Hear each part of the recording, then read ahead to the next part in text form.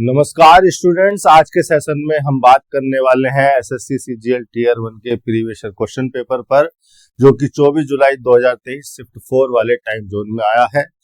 इस question paper में 25 question होते हैं जो हमें 10 से 12 मिनट में 100% एक्यूरेसी के साथ करने होते हैं। पहला क्वेश्चन आपको दिया है जिसमें हमें अंडरलाइन सेगमेंट को रिप्लेस करना है, मतलब यहाँ पर जो लिखा है वो गलत लिखा है, हमें सही लिखना है।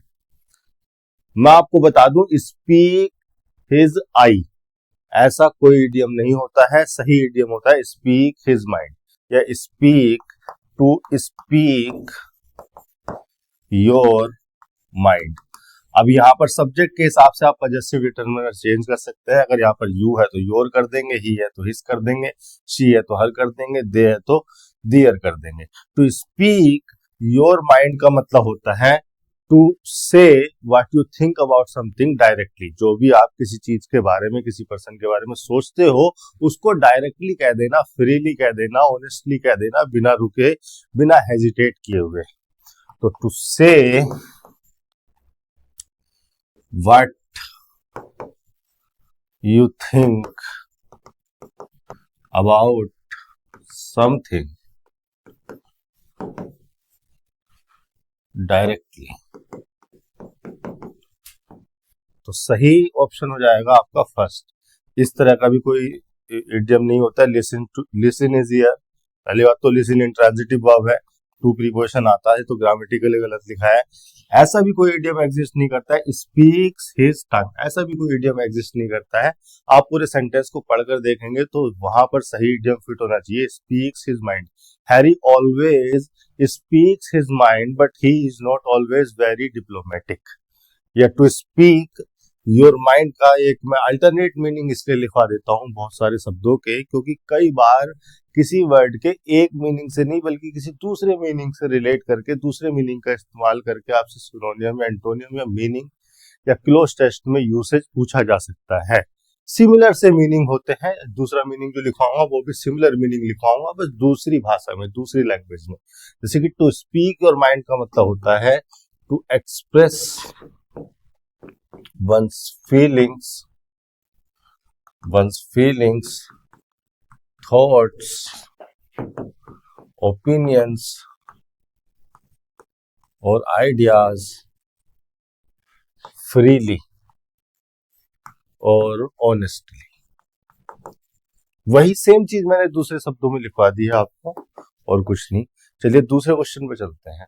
दूसरे क्वेश्चन में हमें ग्रामेटिकली करेक्ट सेंटेंस को बताना है। The warrior was waiting for the right time to attack the lion hiding in the cave, या फिर the warrior was waiting for an right time to attack the lion hiding in the cave.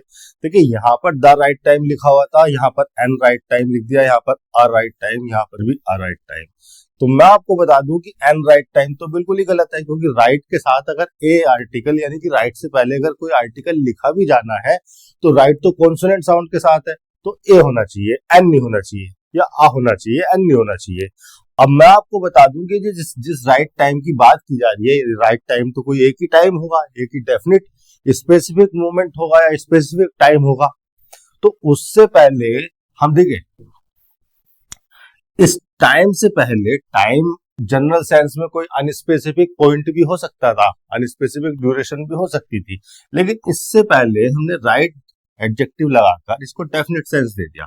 Right time तो कोई एक specific, एक निश्चित time ही होगा ना, उसी को राइट टाइम कह सकते हैं। तो इससे पहले द आर्टिकल ज्यादा मीनिंगफुल है, आर्टिकल गलत हो जाएगा। इस हिसाब से मुझे फर्स्ट ऑप्शन यहाँ तक सही लग रहा है। आगे देख लेंगे, to attack the lion hiding in the cave.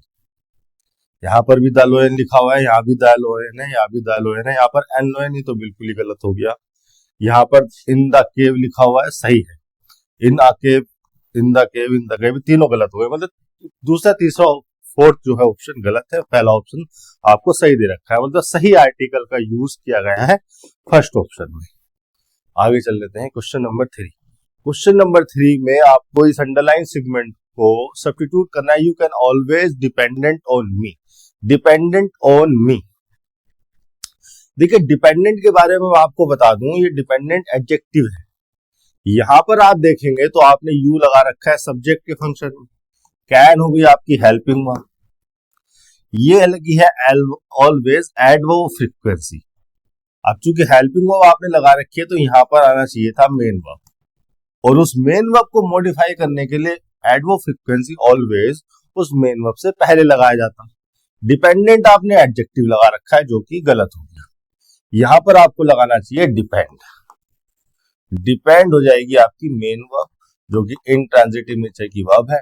Depend के साथ आप प्रीपोजिशन अपॉन भी लगा सकते हैं, ऑन भी लगा सकते हैं।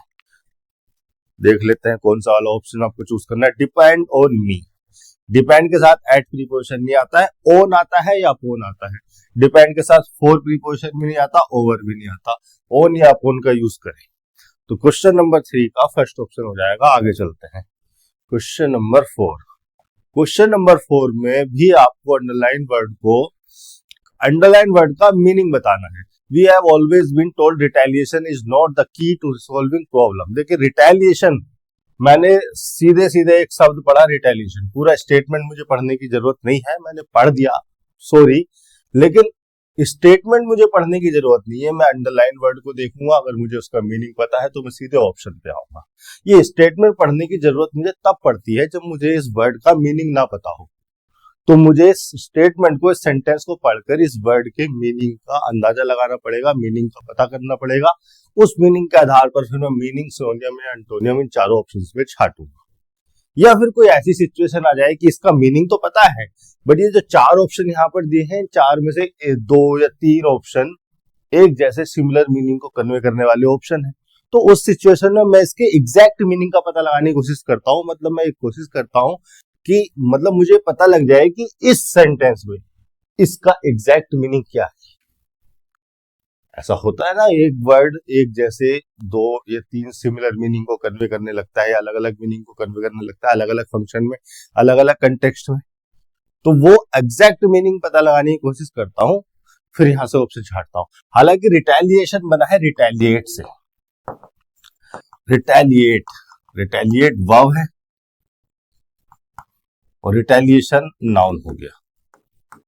रिटेलिएट इंट्रांजिटिव वर्ब है, यानी कि इसके बाद इसका ऑब्जेक्ट नहीं आता। तो रिटेलिएट का मतलब क्या है? रिटेलिएट का मतलब है to take revenge after being harm. आपको किसी ने नुकसान पहुंचा दिया या आपको अटैक कर दिया किसी ने, आफ्टर बीइंग अटैक, आपको किसी ने अटैक कर दिया या आपको किसी ने नुकसान कर दिया, तो उस नुकसान के बाद, उस अटैक के बाद उससे बदला लेना, उस पर्सन से रिवेंज लेना, या फिर टू फाइट बैक, ये रिटेलिएट का मतलब हो जाता है। तो रिटेलिएट से बना है रिटेलिएशन। रिटेलिएशन का मतलब हो गया एक तरह से रिवेंज। सही इसका मीनिंग दिया है फर्स्ट ऑप्शन। फर्स्ट ऑप्शन को चूज करेंगे। बाकी के मीनिंग में आपको बता देता हूं आउटकम क्या होता है। देखिए आउटकम का मतलब होता है कोई रिजल्ट, कोई इफेक्ट या कोई कॉन्सिक्वेंस जो किसी एक्शन या किसी सिचुएशन के बाद आता है। आउटकम, आउटकम का मतलब हो गया अ रिजल्ट, इफेक्ट और कॉन्सिक्वेंस ऑफ एन एक्शन और अ सिचुएशन। फिर एक वर्ड दिया हुआ आपको पैम्पर, PAMPER, पैम्पर ही है ना? हाँ पैम्पर। पैम्पर होती है वर्ब और पैम्पर का मतलब होता है टू गिव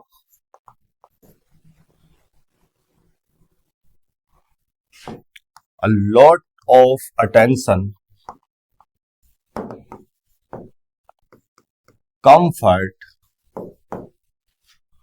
और kindness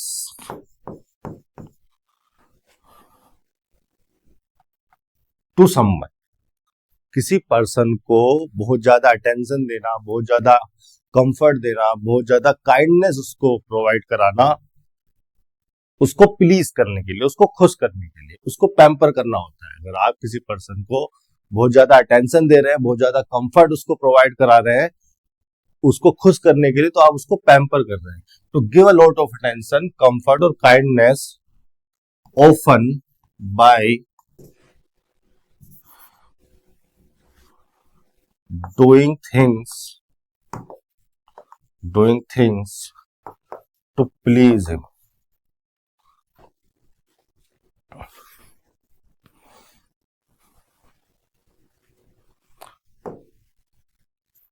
या इसका मीनिंग मैं लिख सकता हूं टू गिव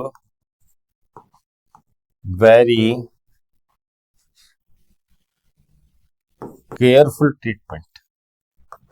केयरफुल ट्रीटमेंट, ऐसा ट्रीटमेंट जिसमें बहुत ज्यादा केयर हो दूसरे पर्सन के लिए. To give very careful treatment by providing comfort. ये पैम्पर का मीनिंग होता है. पैम्पर का तो कोई लेना देना था ही नहीं यहाँ पर, इसको तो हटाई दो. रियलाइजेशन का क्या मतलब होता है? रियलाइजेशन बना है वर्ब रियलाइज से. रियलाइज का मतलब होता है टू अंडरस्टैंड समथिंग या to become aware of something. आपने अगर किसी सिचुएशन को अंडरस्टैंड कर लिया है, आप उससे अवेयर हो गए, तो आपने उसको रियलाइज कर लिया. यार मुझे अभी अभी रियलाइज हुआ है कि ऐसा हुआ था उस दिन, या मेरे साथ ऐसा हुआ है.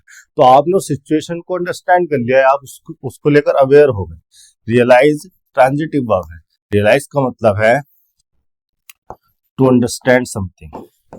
टू अंडरस्टैंड समथिंग, और समथिंग में भी कोई सिचुएशन ही रहती है आमतौर पर.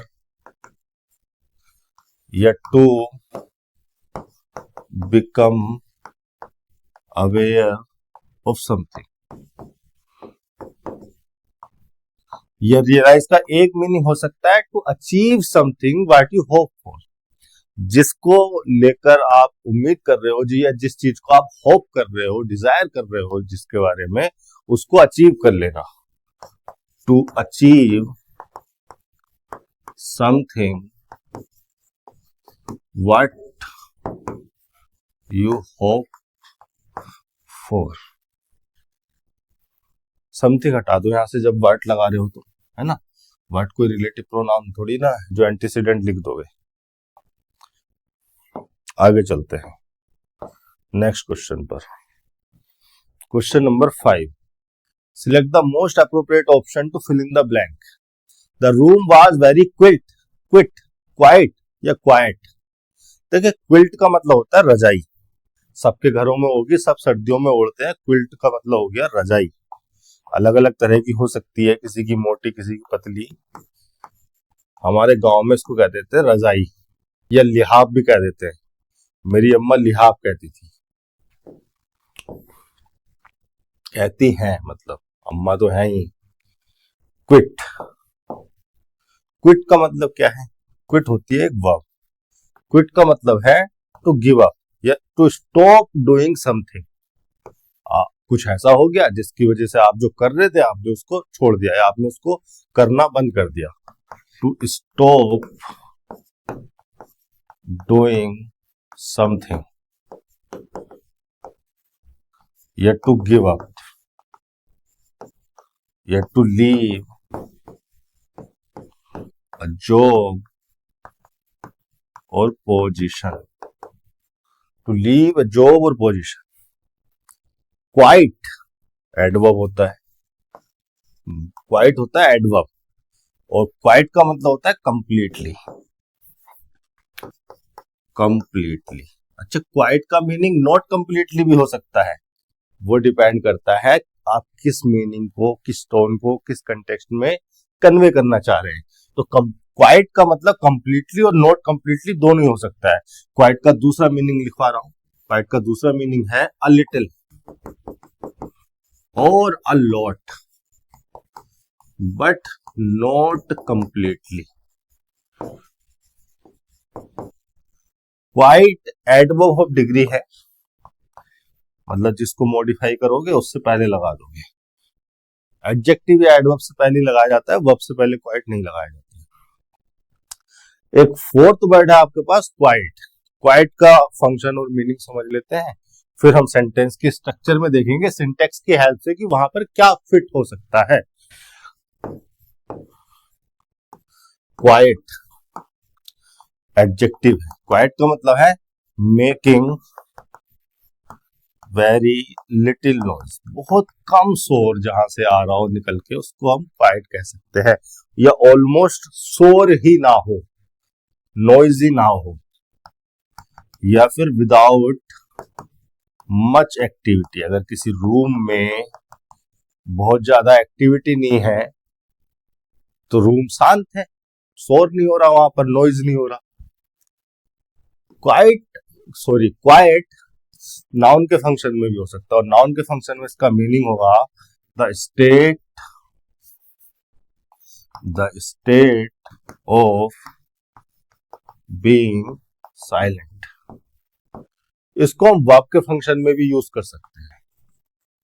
वर्ब के फंक्शन में इसका मतलब हो जाएगा टू मेक समवन और समथिंग कामर, काम कर देना किसी को। यहां पर हमें कौन सा वर्ड लगाना चाहिए? देखो, द रूम हो गया हमारा सब्जेक्ट, वाज हो गई हमारी लिंकिंग वर्ब, और लिंकिंग वर्ब के बाद आना चाहिए कॉम्प्लीमेंट। और कॉम्प्लीमेंट कोई नाउन भी हो सकता है, प्रोनाउन भी हो सकता है, कोई एडजेक्टिव भी हो सकता है। यहां ऑप्शन में ये नाउन दिया है, लेकिन ये नाउन यहां पर मीनिंगफुल नहीं है। भाई आप ये सोचिए, ये जो वेरी लगाया गया है एडवर्ब, पॉजिटिव डिग्री का एडवर्ब है, किसी एडजेक्टिव से पहले लगाया जाएगा उसकी डिग्री को मॉडिफाई करने के लिए, उसकी डिग्री को इंटेंसिफाई करने के लिए, बढ़ाने के लिए। अगर वेरी एडवर्ब यहां पर लगाया गया है तो यहां पर कोई एडजेक्टिव भी होना चाहिए, और क्विल्ट है नाउन। पहली बात तो क्विल्ट यहां पर मीनिंगफुल नहीं है, सिंटैक्टिकली भी सही नहीं है। क्विट वर्ब है, वर्ब भी नहीं लगाया जा सकता क्योंकि लिंकिंग वर्ब लगी है, यहाँ पर हमें एडजेक्टिव लगाना पड़ेगा। क्वाइट एडवर्ब है, तो ये तीनों वर्ड तो सिंटैक्टिकली भी गलत हो गए और सिमेंटिकली मीनिंग वाइज भी जस्टिफाइबल नहीं है सिचुएशन में। सही वर्ड होना चाहिए quiet. The room was very quiet, QUIET, quiet. पांचवे का फोर्थ ऑप्शन लगाएंगे और आगे बढ़ेंगे। Question number 6, the hot sun enervated the labourer to the extent that he collapsed. Enervate का मतलब है टू मेक, इनरवेट का मतलब है टू वीकन, किसी को कमजोर कर देना, या किसी के साथ कुछ ऐसा कर देना कि उसको कमजोरी फील हो। To make someone feel weak and without energy. यहां पर सन जो है इनरवेट कर रहा है लेबरर को, कमजोर कर दे रहा है। तो इसका हमें क्या बताना है? सिनोनियम बताना है। एनर्जाइज तो इसका अपोजिट वर्ड हो गया। एनर्जाइज का मतलब क्या है? टू गिव समवन और समथिंग एनर्जी, किसी को ऊर्जा यानी कि एनर्जी दे देना, उसको एनर्जाइज करना होता है। टू गिव समवन और समथिंग एनर्जी, या to make someone, to make someone energetic और एक्टिव। वीकन, इसका सही सिनोनियम हो जाएगा वीकन। वीकन वीक एडजेक्टिव होता है, उसमें EN लगाकर इसको वर्ब बना दिया गया। तीसरे और चौथे जो वर्ड लिखा है एलिवेट और एलिवेट, इनका मीनिंग भी आपको समझा देता हूं। अच्छी वर्ब है, यूज हो सकते हैं कहीं भी। एलिवेट,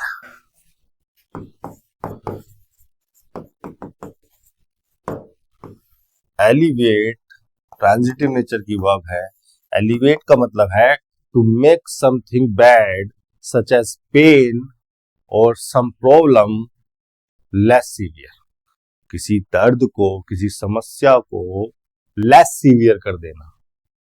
आपको कोई चोट लगी है, इंजरी लगी है, बहुत ज्यादा दर्द हो रहा है, आपने कोई पेन किलर खा ली तो उसने आपकी इंजरी के दर्द को यानी कि आपकी चोट के दर्द को कम कर दिया।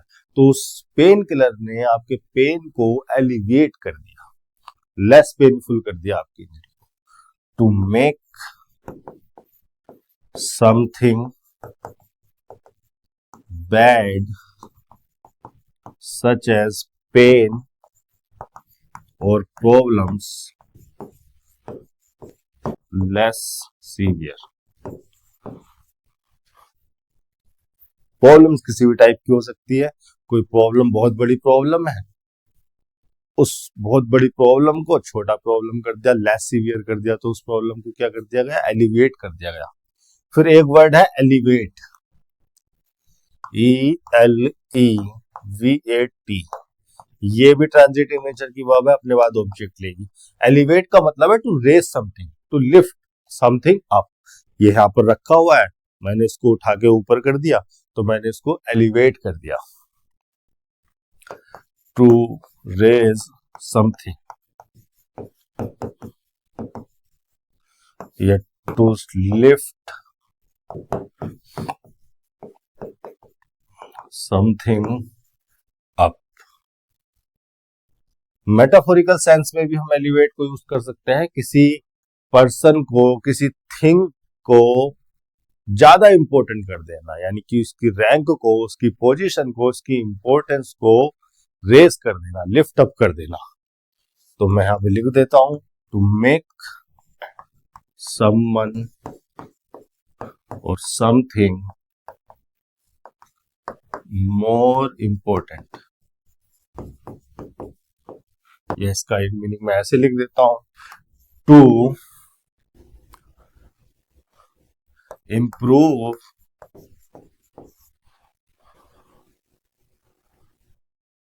someone or something in rank, position और इम्पोर्टेंस। किसी पर्सन को या किसी थिंग को रैंक में, पोजीशन में या इम्पोर्टेंस में इंप्रूव कर देना।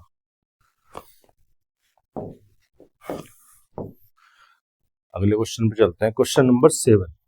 क्या लिखा है, एक्सुबेरेंस। एक्सुबेरेंस बना है एक्सुबेरेंट से, EXUBERANT।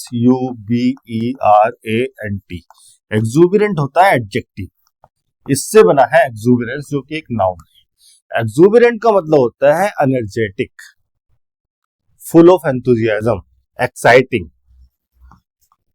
एनर्जेटिक या एक्साइटिंग, बहुत ज्यादा एक्साइट कर रहा हो, and full of enthusiasm, full of किसी एक्टिविटी को करने के लिए बहुत ज्यादा एक्साइटेड हो, एनर्जेटिक हो, उसको क्या कहते हैं, enthusiasm. Enthusiasm, full of enthusiasm.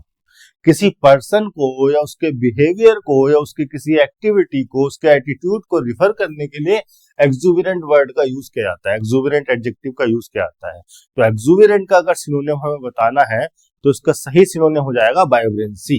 Vibrancy बना है वाइब्रेंट से, और वाइब्रेंट का मतलब भी है एनर्जेटिक।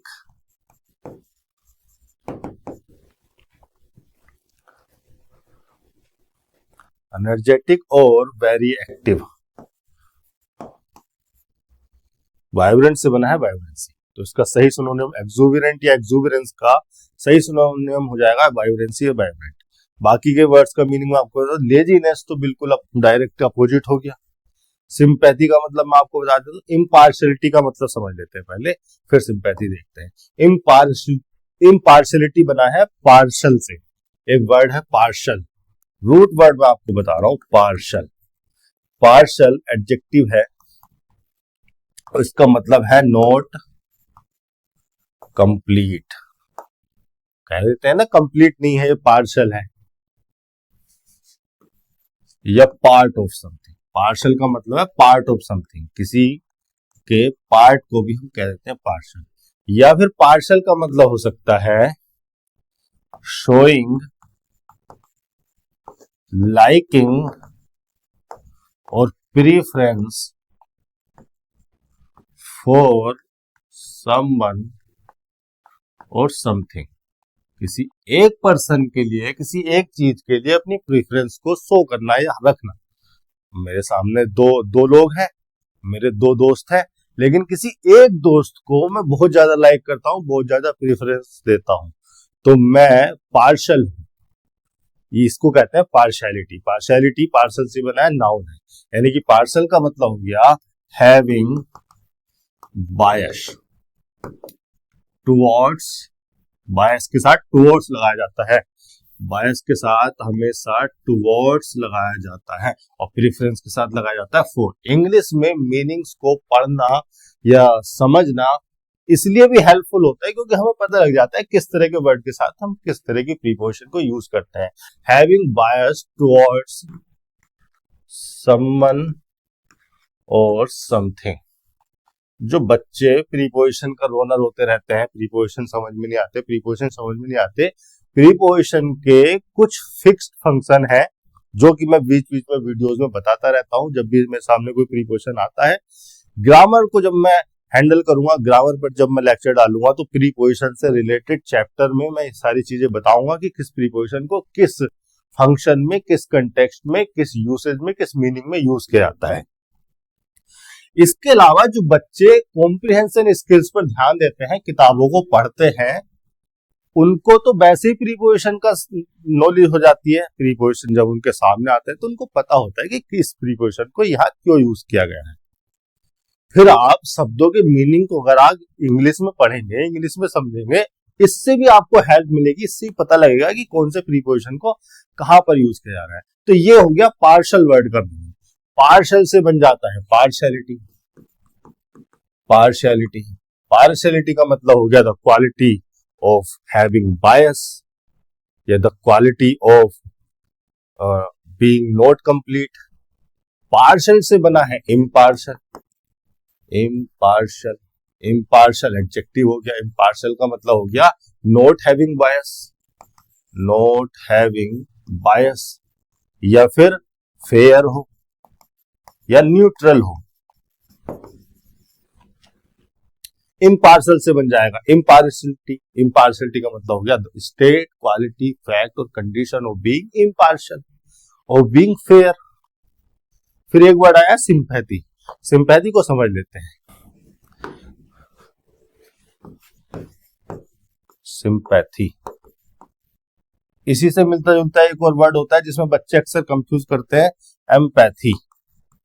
ये दोनों ही वर्ड पैथी से बने हैं। पैथी का मतलब होता है फीलिंग। एक वर्ड पैथी भी होता है और पैथी से अपाथी भी बन जाता है।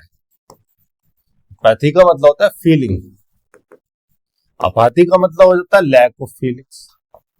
किसी के लिए फीलिंग्स ना हो तो उसको कह देंगे अपाथी। सिंपैथी का क्या मतलब होता है? सिंपैथी का मतलब होता है, सिंपैथी नाउन है, पाथी भी नाउन है, अपाथी भी नाउन है। सिंपैथी का मतलब होता है अ फीलिंग और a feeling of sorrow, compassion और concern for someone else, someone else misfortune और trouble। मिसफॉर्चून और ट्रबल मतलब किसी पर्सन के लिए जो कि मुसीबत में है, उस पर्सन के लिए आपकी दुख की, दया की या चिंता की फीलिंग्स को कहा जाता है सिंपैथी। और एम्पैथी किसे कहते हैं? एम्पैथी भी नाउन है। एम्पैथी का मतलब है द एबिलिटी टू अंडरस्टैंड और share someone's feelings who is in trouble। तो क्या डिफरेंस है सिंपैथी और एम्पैथी में?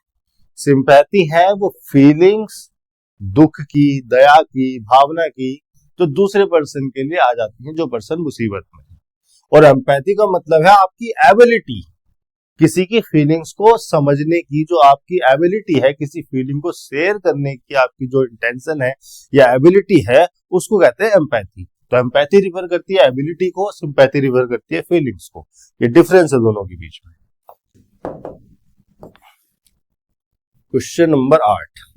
क्वेश्चन नंबर 8 में एक पैराजिम्बल आपको दिया गया है, सेंटेंसेस को अरेंज करना है ABCD। छोटे छोटे स्टेटमेंट है, इनको तो मैं एक साथ में पढ़ लूंगा। There is a general belief that these medicine heal element safely. देखिए दीज मेडिसिन, दीज मेडिसिन में मेडिसिन से पहले दीज डिटर्मिनर लगाया गया है। दीज डिटर्मिनर पॉइंट आउट करने के लिए लगाया गया है, और पॉइंट आउट उसे ही कर सकते हैं जो पहले से मेंशन हो, यानी कि पहले से मौजूद हो। मेरे सामने कोई कार खड़ी है तभी तो मैं उसको पॉइंट आउट कर सकता हूं, दिस कार या दीज कार्स। तो दिस कार या दीज कार्स, दैट कार या दोस कार्स मैं तभी कह सकता हूं जब पहले से कोई चीज या कोई पर्सन वहां पर मौजूद हो, यानी कि पैराग्राफ में मौजूद होने का मतलब पहले उसका जिक्र हो, पहले से वो मेंशन हो। यानी कि ए स्टेटमेंट से पहले वो स्टेटमेंट आएगा जहां पर मेडिसिन का जिक्र हुआ हो, मेडिसिन को मेंशन किया गया हो। क्या वो स्टेटमेंट बी है? क्या बी में मेडिसिन को मेंशन किया गया है? The safe healing is actually that which doesn't have any side effects. नहीं, बी में किसी मेडिसिन का जिक्र नहीं है, बल्कि सेफ हीलिंग का जिक्र है और साइड इफेक्ट्स का जिक्र है। सी में पढ़ लेते हैं, positive healing without any unwanted effect on the body drives the trend. यहां भी किसी मेडिसिन का जिक्र नहीं है, पॉजिटिव हीलिंग का जिक्र है, अनवांटेड इफेक्ट का जिक्र है। डी को पढ़ लेते हैं, herbal medicine are a new trend these days. Herbal medicine, ये है वो स्टेटमेंट जिनमें हर्बल मेडिसिन का जिक्र है। अब यहां से दो बातें, डी स्टेटमेंट को पढ़ने से दो बातें मेरी समझ में आई। पहली बात तो ये कि ये वो स्टेटमेंट है जिसमें हर्बल मेडिसिन का जिक्र है, यानी कि ए से पहले डी को होना चाहिए, डी ए, ये सीक्वेंस होनी चाहिए। और दूसरी बात ये समझ में आई कि ये वो स्टेटमेंट है जिसमें किसी एंटिटी को, सब्जेक्ट को इंट्रोड्यूस किया गया, उसके बारे में पहली बार बताया गया है, डिफाइन किया गया है कि herbal medicine are a new trend these days. इसको इंट्रोडक्टरी स्टेटमेंट होना चाहिए, यानी कि इसको पहला स्टेटमेंट होना चाहिए। ए से तो पैराग्राफ की शुरुआत हो ही नहीं सकती थी, इसको तो हटा ही दो। अब दो ऑप्शन आपके पास बचे जिसमें डी ए ये दोनों सीक्वेंस यानी कि दोनों ऑर्डर कॉमन है, डी। अब आपको देखना यह है कि बी सी होना चाहिए या सी बी होना चाहिए। अब देखिए, आप अगर आपकी कॉम्प्रिहेंशन स्किल्स अच्छी है ना, तो आप ऐसे इंफॉर्मेशन को पकड़ते हैं। यहाँ पर बी स्टेटमेंट में जिस सेफ हीलिंग की बात की गई है, वो सेफ हीलिंग कहाँ है? वो ए स्टेटमेंट में आप देखेंगे तो क्या लिखा है, दैट क्लोज में, these medicine heal element safely. इसी इंफॉर्मेशन को कहा गया है सेफ हीलिंग। इसी इंफॉर्मेशन को एक टर्म दे दी गई है सेफ हीलिंग, जिसको बी में बताया गया है। इस हिसाब से ए के बाद बी होना चाहिए। और यहां पर सी स्टेटमेंट में जिस पॉजिटिव हीलिंग की बात की गई है, वो पॉजिटिव हीलिंग कहाँ है? वो है इस दैट क्लोज में, विच doesn't have any side effect. कोई साइड इफेक्ट नहीं है, कोई नेगेटिव इफेक्ट नहीं है। तो इसी को एक नई टर्म दे दी गई है, सी स्टेटमेंट में कह दिया गया है इसको पॉजिटिव हीलिंग। तो इस हिसाब से बी के बाद सी होना चाहिए। तो यहां पर ए के बाद बी और बी के बाद सी, और डी से शुरुआत कर रहे हो, डी के बाद ए आना चाहिए। तो दूसरा ऑप्शन सही हो गया। Question number 9, willing to take risk and try new ideas. One word substitute बताना है, एडवेंचरस, मैथिकल, रेजोल्यूट, डेस्परेट। देखिए, एडवेंचरस वर्ड जो है एडवेंचर से बना है। एक्चुअली में दो अलग अलग वर्ड होते हैं, एक होता है एडवेंचर, एक होता है वेंचर। दोनों के बारे में बता देता हूं। ये हो गया आपका एडवेंचर, और एक वर्ड होता है इसी से मिलता जुलता वेंचर। मीनिंग भी लगभग वो दोनों का सिमिलर होता है, लेकिन यूसेज अलग है। किस कंटेक्स्ट में कौन सा वाला यूज करना है ये भी मैं बता दूंगा। एक वर्ड हो गया एडवेंचर, एक हो गया वर्ड वेंचर। ये दोनों ही वर्ड एक ही सेम वर्ड से, लैटिन वर्ड से मिले हैं, लैटिन वर्ड से निकल कर आए हैं, और वो लैटिन वर्ड है एडवेंचुरा। एडवेंचुरा लैटिन वर्ड है, लैटिन भाषा का शब्द है, लैटिन वर्ड है। एडवेंचुरा से बना अवेंचर। अवेंचर इंग्लिश भाषा में और फ्रेंच भाषा में यूज किया जाता था। और अवेंचर से बना वेंचर, जिसको अब इंग्लिश भाषा में यूज किया जाता है, यानी कि मॉडर्न वर्जन है एडवेंचुरा का या एवेंचर का वेंचर। वेंचर का मीनिंग मैं आपको बताऊंगा, और इसी एडवेंचुरा से बना एडवेंचर। एडवेंचर का मीनिंग हम जानेंगे। बाकी ये पुराना हो गया, अब इसको इस्तेमाल नहीं किया जाता। ये लैटिन भाषा का शब्द है, हम लैटिन भाषा सीख नहीं रहे, हम इंग्लिश की बात कर रहे हैं। एडवेंचर का क्या मतलब होता है, वेंचर का क्या मतलब होता है?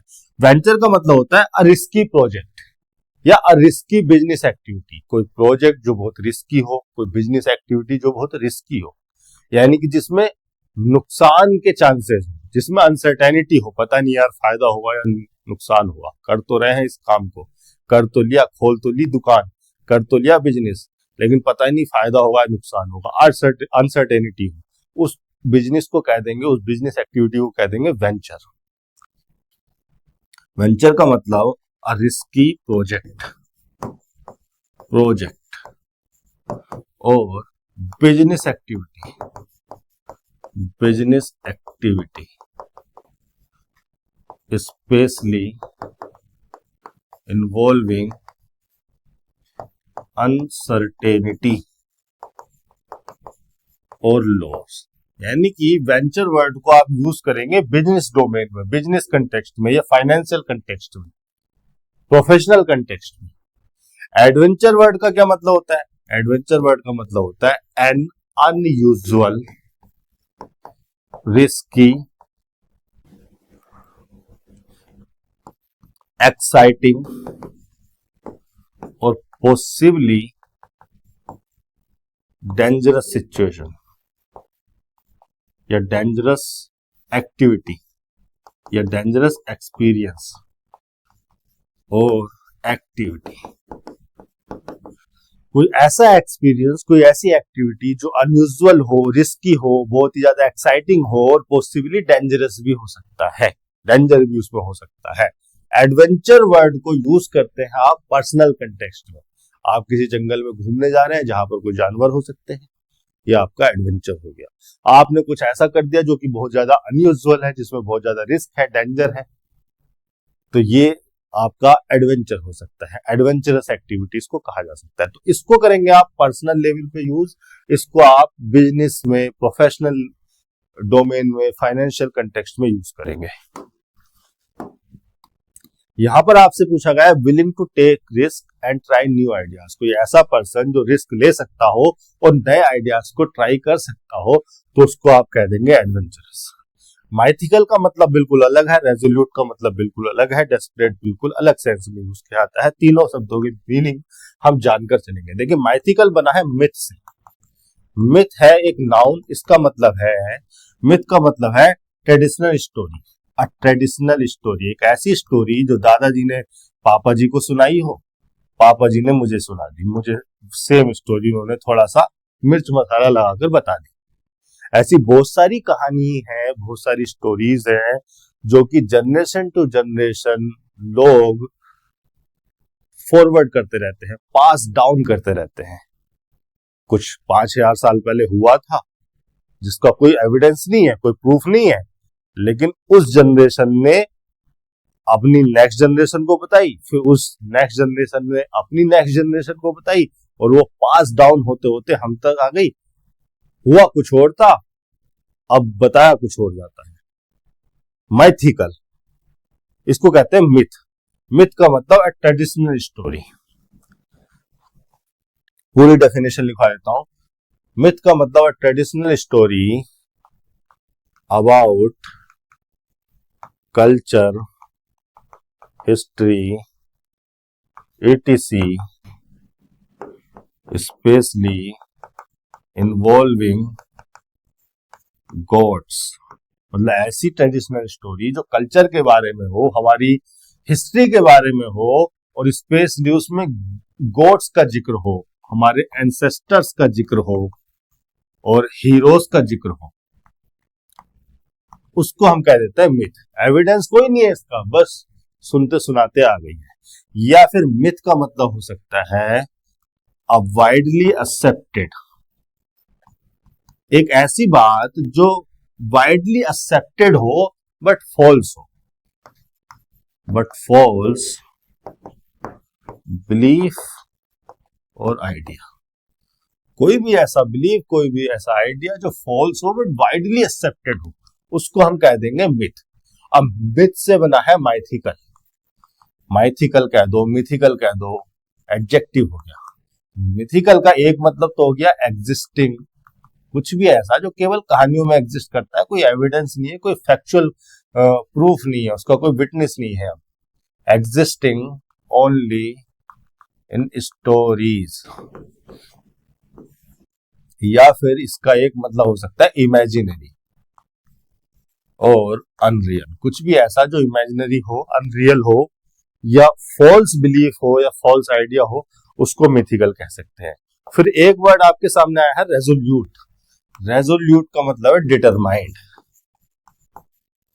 पक्का हो एकदम, जो करना है वो करना है, उस पर्सन को रेजोल्यूट कह देते हैं। रेजोल्यूट एक एडजेक्टिव है, उसका मतलब है determined in nature, character, ideas और एक्शन, जो अपने नेचर में, अपने कैरेक्टर में, अपने आइडियाज को लेकर या अपने किसी एक्टिविटी में, किसी टास्क में रेजोल्यूट और डिटरमाइंड हो, जो सोच लिया वो करना है, जो करना है वो करना है, नहीं रुकूंगा। रेजोल्यूट के सिनोनियम में लिखवा देता हूं। एक तो यही हो गया डिटरमाइंड,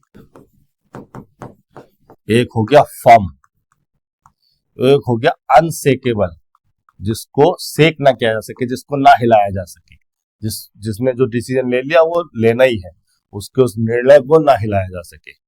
या फिर अनवेवरिंग, अनवेवरिंग, या फिर अनयील्डिंग, जो हार न माने, etc। कोई एक आध छूट भी गया होगा, बहुत छूट गए होंगे, जो मेरे दिमाग में आए वो मैंने लिखवा दी। फिर एक वर्ड है डेस्परेट। डेस्परेट भी बहुत अच्छा वर्ड है, DESPERAT। डेस्परेट का मतलब है नीडिंग और वांटिंग समथिंग वेरी मच। कोई ऐसा पर्सन जो किसी चीज को बहुत ज्यादा चाहता है, चाहिए ही चाहिए, उस पर्सन को कह देंगे डेस्परेट। एडजेक्टिव है। डेस्परेट का मतलब नीडिंग और wanting something very much.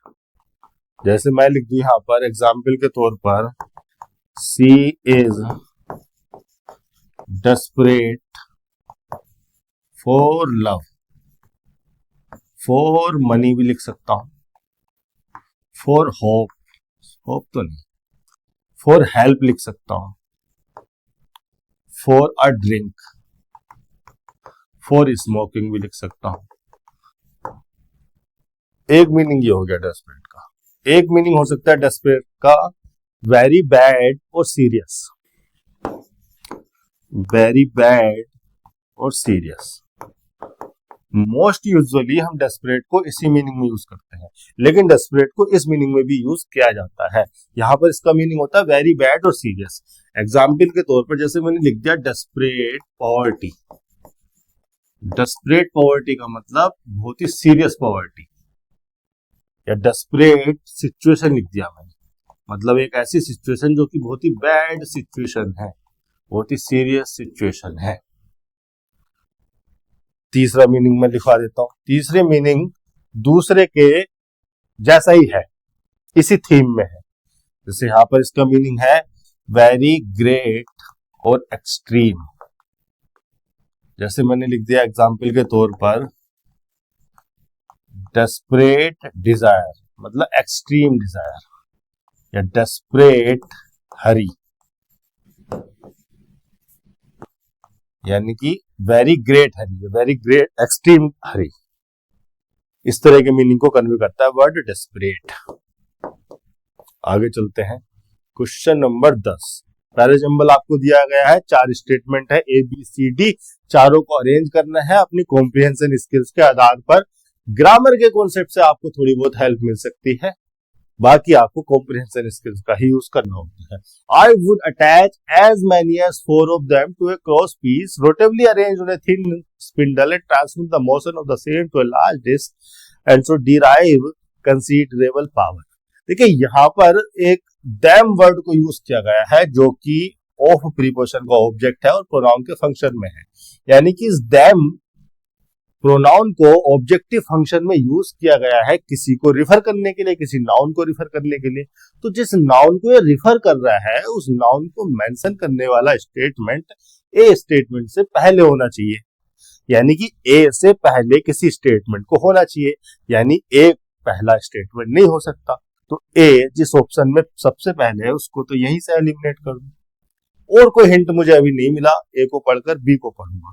In my next attempt I seem to have acted under the first instinctive impulse which later dominated me to harness the energies of nature to the service of man।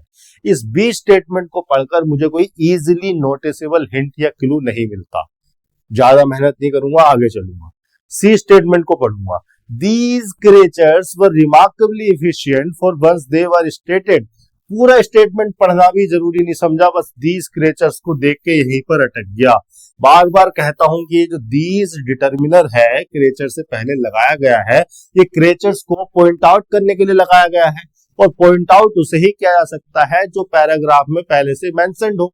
यानी कि सी statement से पहले कोई ऐसा statement आएगा जहां पर इन creatures को मेंशन किया गया हो। पहले क्रिएचर को उस स्टेटमेंट में मेंशन किया गया, फिर सी में उसको पॉइंट आउट कर रहे हैं। यानी कि सी भी पहला स्टेटमेंट नहीं हो सकता और कोई ऑप्शन सी से शुरू भी नहीं हो रहा। और सी से पहले कोई ऐसा स्टेटमेंट आएगा जहां पर इस क्रिएचर्स का जिक्र हो। तो ए में जिक्र नहीं है, बी में जिक्र नहीं है, सी में जिक्र नहीं है, वो जिक्र है डी में। डी को पढ़ते हैं। I did this through the medium of Maybugs और Junebugs। इन Maybugs और Junebugs को ही क्रिएचर्स कहा जा रहा है। ये क्रिएचर्स ही हैं, इन्हीं क्रिएचर्स को सी में पॉइंट आउट किया गया है। यानी कि ये जो डी स्टेटमेंट है, इस डी स्टेटमेंट में Maybugs और Junebugs का जिक्र किया जाएगा, इनको मेंशन किया जाएगा, और फिर सी स्टेटमेंट में इनको पॉइंट आउट किया जा सकता है दीज डिटर्मिनर लगा के। यानी कि डी के बाद सी होना चाहिए, सी से पहले डी होना चाहिए। अब डी के फौरन बाद सी होना चाहिए, इसका कोई हिंट हमें नहीं मिलता, लेकिन इतना हमें पता चलता है कि डी के बाद सी होना चाहिए, और डी के बाद सी इस ऑप्शन में तो है नहीं, इसको तो हटा दो, या तो सी डी है। डी के बाद सी या तो इस ऑप्शन में है या फिर इस ऑप्शन में है, और इस ऑप्शन में देखोगे तो एक कॉमन पैटर्न है, एक कॉमन ऑर्डर दिया हुआ है डी ए सी। यहां पर भी डी ए सी, इसका मतलब डी के बाद ए आना है, ए के बाद सी आना है। डी में जिन Maybugs को, जिन Junebugs को मेंशन किया गया, मतलब इंट्रोड्यूस किया गया, उनको ए में दैम से रिफर किया गया, और उन 4 ऑफ दैम में से, उन दैम में से 4 को दीज क्रिएचर्स कहा गया है। यानी कि दीज लगाकर इन चारों क्रिएचर्स को पॉइंट आउट किया गया है सी में। डी में उनको फर्स्ट टाइम मेंशन किया गया, ए में उनको दैम से रिफर किया गया, सी में उन दैम में से 4 को, उन क्रिएचर्स में से 4 को दीज से पॉइंट आउट किया गया। तो ये होना है D A C.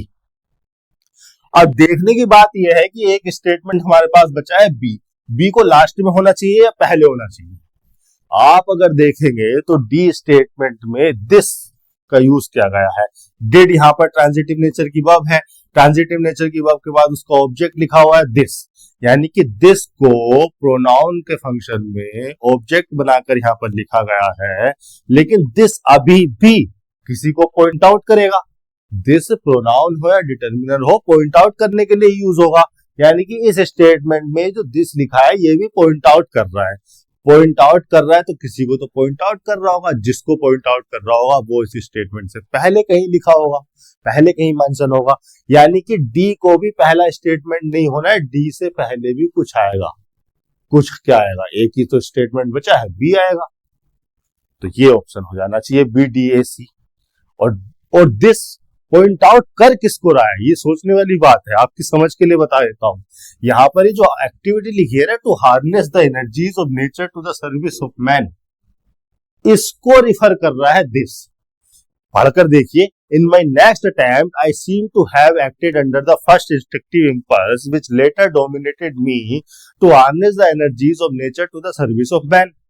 I did this, यानी कि I did harness the energies of nature to the service of man through the medium of Maybugs और Junebugs। ये कहा जा रहा है, यानी कि दिस रिफर कर रहा है इस एक्टिविटी को, टू हार्नेस को, कि मैंने ये किया और ऐसे ऐसे किया और फिर ये हुआ और फिर ये हुआ। आगे चलते हैं, दूसरे ऑप्शन को चूज करेंगे, आगे बढ़ेंगे। क्वेश्चन नंबर 11 फिर से हमें पैराजंबल दे दिया गया है, सेंटेंसेस को अरेंज करना है। Those verses are collectively known as the Bhagavad Gita. देखिए फिर से मैंने कहा दोज वर्सेस, दोज डिटर्मिनर के फंक्शन में है, दैट हो, दिस हो, दोज हो या दीज हो, ये चारों के चारों पॉइंट आउट करते हैं। यानी कि जिन वर्सेस को पॉइंट आउट किया जा रहा है वो वर्सेस पहले कहीं लिखे होंगे या पहले उनका जिक्र होगा, फिर उनको पॉइंट आउट कर सकते हैं। यानी कि ए से तो पैराग्राफ की शुरुआत नहीं होनी है, इस फोर्थ ऑप्शन को तो यही हटा दें। ए से पहले वो स्टेटमेंट आएगा जहां पर उन वर्सेस का जिक्र हो, उनको मेंशन किया गया हो। बी को पढ़ते हैं। B his hesitation, his hesitation में जो हिज प्रोनाउन लगा है नाउन से पहले, डिटर्मिनर है, पॉजिटिव डिटर्मिनर के फंक्शन में है। हम किसी प्रोनाउन को तभी यूज कर सकते हैं जब हमने पहले नाउन के बारे में बता रखा हो, प्रॉपर नाउन हमने कोई दिया हो या कोई कॉमन नाउन हमने दिया हो, उसके लिए हम हिज यूज कर रहे हो। तो ये स्टेटमेंट भी शुरू का नहीं हो सकता, इससे पहले वो स्टेटमेंट आना चाहिए जहां पर उस पर्सन का जिक्र हो जिसके लिए हम हिज यूज कर रहे हैं, और वो है सी स्टेटमेंट में। डी में भी नहीं है, डी में भी हमने प्रोनाउन यूज कर लिया।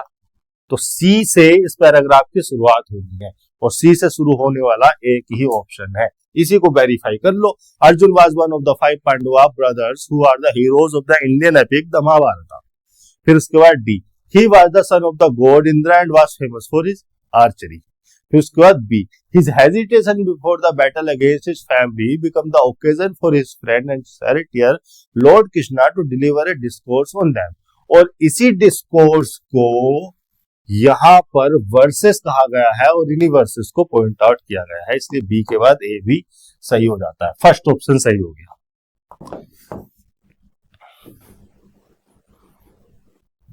भाई बी से शुरुआत नहीं हो सकती क्योंकि हिज लगा हुआ है, प्रोनाउन है, और दूसरा ऑप्शन भी गलत हो जाएगा, डी से भी शुरुआत नहीं हो सकती क्योंकि ही लिखा है। शुरुआत तो सी से ही होनी है।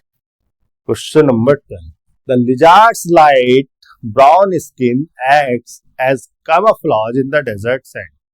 पढ़ लिया मैंने, मेरी तसल्ली के लिए, आपकी तसल्ली के लिए पढ़ने की जरूरत नहीं थी क्योंकि मुझे इस वर्ड का मीनिंग पता है। कैमोफ्लाज का क्या मतलब होता है, अगर ये आपको पता है तो इस वर्ड को पढ़ेंगे, चारों ऑप्शन में से कोई एक टिक करेंगे। कैमोफ्लाज वर्ब भी हो सकती है, नाउन भी हो सकता है। कैमोफ्लाज का मतलब होता है to hide or disguise the appearance of someone और something by blending with the surrounding. मतलब अपने चारों तरफ के एनवायरमेंट या अपने सराउंडिंग में इस तरह से मिक्स हो जाना कि आप अपनी आइडेंटिटी को या अपनी अपीयरेंस को, आइडेंटिटी नहीं, अपनी अपीयरेंस को, अपने आप को ही हाइड कर लो, डिस्गाइज कर लो, इसको कहते हैं कैमोफ्लाज। कैमोफ्लाज वर्ब भी हो सकती है, नाउन भी हो सकती है। देखिए कई तरह के जानवर होते हैं जिसमें गिरगिट सबसे फेमस है। गिरगिट तो पता ही है, गिरगिट अपना रंग बदल लेता है, हरी पत्तियों पे जाकर वो हरे रंग में हो जाता है। वो क्या करता है, अपने सराउंडिंग्स के हिसाब से अपनी सराउंडिंग में, अपने एनवायरमेंट में मिक्स हो जाता है, अपने कलर को चेंज करके। इसलिए उसको वहां पर पहचानना, उसकी अपीयरेंस को समझना, उसकी एग्जिस्टेंस को समझना, उसकी एग्जिस्टेंस को पहचानना, नोटिस करना मुश्किल हो जाता है, वो कैमोफ्लाज करता है। यहां पर देखिए आपको दिख रहा है क्या, उल्लू। गिरगिट के बारे में सबको पता ही है इसलिए मैंने लगाया नहीं। यहां पर ये दिख रहा है कि ये उल्लू है और ये है किसी पेड़ का तना। उल्लू ने अपने आप को पेड़ के तने जैसा बना लिया। ये क्या कर रहा है, कैमोफ्लाज करना है, यानी कि अपने रंग रूप को इस तरह से ढाल लेना कि आप अपने एनवायरमेंट, अपने सराउंडिंग जैसे लगो, अपने सराउंडिंग में मिक्स हो जाओ, अपने अपीयरेंस और अपनी आइडेंटिटी को, अपनी फॉर्म को, अपनी एग्जिस्टेंस को छुपाने के लिए। इसको कहते हैं कैमोफ्लाज करना। वर्ब भी हो जाएगी, नाउन भी हो जाएगा। इस एक्टिविटी को कैमोफ्लाज कह देंगे और ये करने को भी कैमोफ्लाज कहते हैं। यहां पर देखिए इसको, चीते को, टाइगर को किस तरह से ये छुपा हुआ है। कोई जानवर, कोई पशु इसको पहचान नहीं पाएगा और ये तुरंत आएगा, निकल के खा लेगा। कैमोफ्लाज कर रहा है। यहां पर ये देखिए किस तरह से पड़ा हुआ है, दिखना भी मुश्किल हो जाएगा किसी जानवर को। इसको कहते हैं कैमोफ्लाज करना। और ये आर्मी पर्सनल भी इसी तरह से कैमोफ्लाज करते हैं, अपनी यूनिफॉर्म को इस तरह के कलर में ये बनवाते हैं, इस तरह की यूनिफॉर्म पहनते हैं, अपने चेहरे पर तरह तरह की चीजें लगा देते हैं ताकि दुश्मन इनको पहचान ना पाए और ये जंगल में, झाड़ियों में छुप छुपा कर आगे बढ़ते जाएं और अपने जो इनका मनूव है या जो इनका मिशन है उसको कंप्लीट करें। इस तरह से छुप के ये अटैक करते हैं, ये कैमोफ्लाज कर रहे हैं। तरह तरह के कलर ये चेहरे पर और अपने हेलमेट पर ये तरह तरह की घास फूस को लगा लेते हैं कैमोफ्लाज करने के लिए। ये कैमोफ्लाज कर रहे हैं। फिर आगे एक वर्ड था मास्क। क्या करना था हमें? कैमोफ्लाज का एंटोनियम बताना था। देखिए, कैमोफ्लाज का मतलब है टू हाइड, इसका एंटोनियम हो जाएगा टू रिवील। टू रिवील का मतलब to make something known to public, to make something known to public. कुछ भी ऐसा जो पहले से हिडन हो, सीक्रेट हो, उसको पब्लिक को बता देना, रिवील कर देना होता है। आपने किसी इंफॉर्मेशन को रिवील कर दिया, इसका मतलब आपने उस इंफॉर्मेशन को पब्लिक कर दिया, पब्लिक को बता दिया। पहले वो इंफॉर्मेशन सीक्रेट थी, हिडन थी, अब आपने उसको बता दिया तो आपने उसको रिवील कर दिया, पब्लिक कर दिया। तो कैमोफ्लेज का एंटोनियम हो जाएगा, डायरेक्ट अपोजिट हो जाएगा रिवील। बाकी के शब्दों का मीनिंग भी आपको मैं बता देता हूँ। मास्क क्या होता है आपको सबको पता है, सबने कोरोना में मास्क पहने हैं। मास्क का मतलब होता है एक ऐसा ऑब्जेक्ट जो आपके फेस को या फेस की अपीयरेंस को छुपा लेता है, उसकी फॉर्म को छुपा लेता है। ये मास्क है, आप लगा लोगे पता ही नहीं चलेगा कौन है मास्क के पीछे। ये जो मास्क होते हैं, इस तरह के मास्क भी अपने फेस को कवर करने के लिए होते हैं, बीमारियों वगैरह से बचाने के लिए। तो मास्क का मतलब है एक ऐसा ऑब्जेक्ट जिससे आप अपने फेस को कवर कर सकते हैं, अपनी आइडेंटिटी को छुपाने के लिए भी कर सकते हैं, खुद को बीमारियों से बचाने के लिए भी कर सकते हैं। मास्क नाउन भी हो जाएगा और वर्ब भी हो जाएगा, दोनों फंक्शन में आ जाएगा। फिर आगे एक वर्ड था क्लोथ। क्लोथ का मतलब है पीस ऑफ फैब्रिक। एक्चुअली में वर्ड तो कुछ और था, देख लेते हैं क्या था। वर्ड था क्लोथ्ड। अब ये बना कैसे है ये मैं सिखाने के लिए सब लगाया है। क्लोथ होता है अ पीस ऑफ फैब्रिक। आप जब दुकान पे जाते हैं तो दुकानदार आपको क्लॉथ देता है, इसमें से किसी एक रोल में से वो निकालेगा जो आपकी पसंद का होगा, 2, 2.5, 3 मीटर काट के दे देगा अपने आपके कुर्ते के शर्ट पैंट के हिसाब से। इसी क्लॉथ से बना CLOTHE, ये होती है वर्ब, ये होता है नाउन। क्लॉथ का मतलब है to dress someone, to dress someone या टू पुट ऑन क्लॉथ्स, या क्लॉथ का मतलब हो जाएगा to cover, to cover someone और समथिंग। किसी पर्सन को या किसी थिंग को कपड़े से अगर आपने कवर कर लिया तो आपने उसको क्लॉथ कर लिया, ये भी मीनिंग हो जाता है। आगे चलते हैं। पास द बक एक इडियम है, इसका मीनिंग अगर आपको समझाना है तो मैं आपको एक इमेज दिखाना चाहूंगा। पास द बक का क्या मतलब होता है?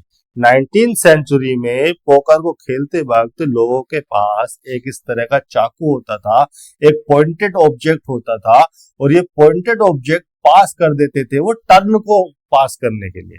इसका नंबर है चाल चलने का, इसका टर्न है चाल चलने का, तो नाइफ ऑब्जेक्ट इसकी तरफ रखा है, इसने अपनी चाल चली, जो पत्ते इसने फेंकने थे फेंक दिए, या जो इसने चाल चलनी थी, जितनी बैट इसने स्टेक लगाना था लगा दिया।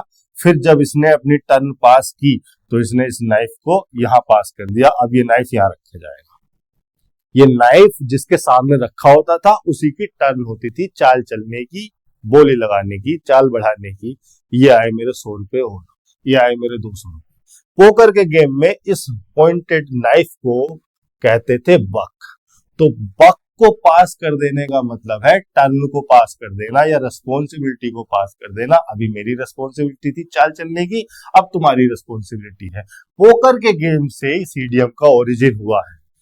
19th सेंचुरी का मैंने सीन आपको दिखाया हुआ है, टेबल लैंप यहाँ पर रखी हुई है क्योंकि इलेक्ट्रिसिटी उस टाइम पे बहुत ज्यादा थी नहीं, होगी भी तो शुरुआती स्टेज में होगी, ये शायद होगी नहीं। तो इसको कहते हैं pass the buck. Pass the बक का मतलब है टू पास द रेस्पॉन्सिबिलिटी और ब्लेम टू समवन एल्स। कोई हो गया, कुछ कांड हो गया, कोई वारदात हो गई, मैंने उसकी रिस्पॉन्सिबिलिटी को, उसके ब्लेम को किसी और पे पास कर दिया, मैंने ये नहीं किया, उसने किया, उसकी गलती है, उससे जाके पूछो। इसको कहते हैं pass the buck. Pass the buck, to pass the responsibility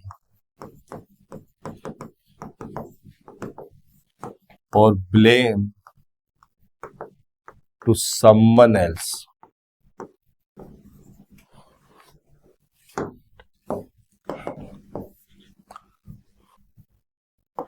कौन से ऑप्शन में लिखा हुआ है? ट्राइंग टू काम डाउन नहीं, ब्लेमिंग अनदर पर्सन या सेइंग समथिंग अनप्लीजेंट नहीं, प्रोवाइडिंग इसेंशियल सर्विसेज नहीं। दूसरा ऑप्शन चूज करेंगे और आगे बढ़ेंगे। हाँ, फिर इसी इडियम से एक इडियम और निकल के आया है, इमेज देख के मुझे ध्यान आ गया, मैंने ये इमेज लिखवाई थी। एक इडियम और निकल के आया है, ये ट्रूमैन है, यूनाइटेड स्टेट्स के फॉर्मर प्रेसिडेंट, पूर्व राष्ट्रपति। इनकी डेस्क पे इस तरह का बोर्ड लिखा होता था, उस पे लिखा होता था the buck stops here. The buck stops here का मतलब है द रिस्पॉन्सिबिलिटी स्टॉप्स हियर, यानी कि मैं ये जो सारी रिस्पॉन्सिबिलिटी है पूरे देश से रिलेटेड किसी भी चीज की, सारी रिस्पॉन्सिबिलिटी यहाँ आकर स्टॉप हो जाती है प्रेसिडेंट के पास। मैं अब इसको पास नहीं करूंगा, मैं इस रिस्पॉन्सिबिलिटी को, इस बक को पास नहीं करूंगा, मेरी जिम्मेदारी है। I am the responsible and I would not pass it, I will not pass it. तो द बक स्टॉप्स हियर का मतलब है the responsibility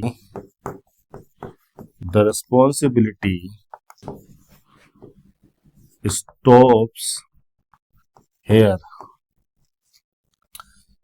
and I will not pass it. The responsibility stops here का मतलब I am the responsible for this thing and I will not pass this to another person. ये एक और idiom यहां से निकल के आया, इसको भी आप ध्यान रखेंगे।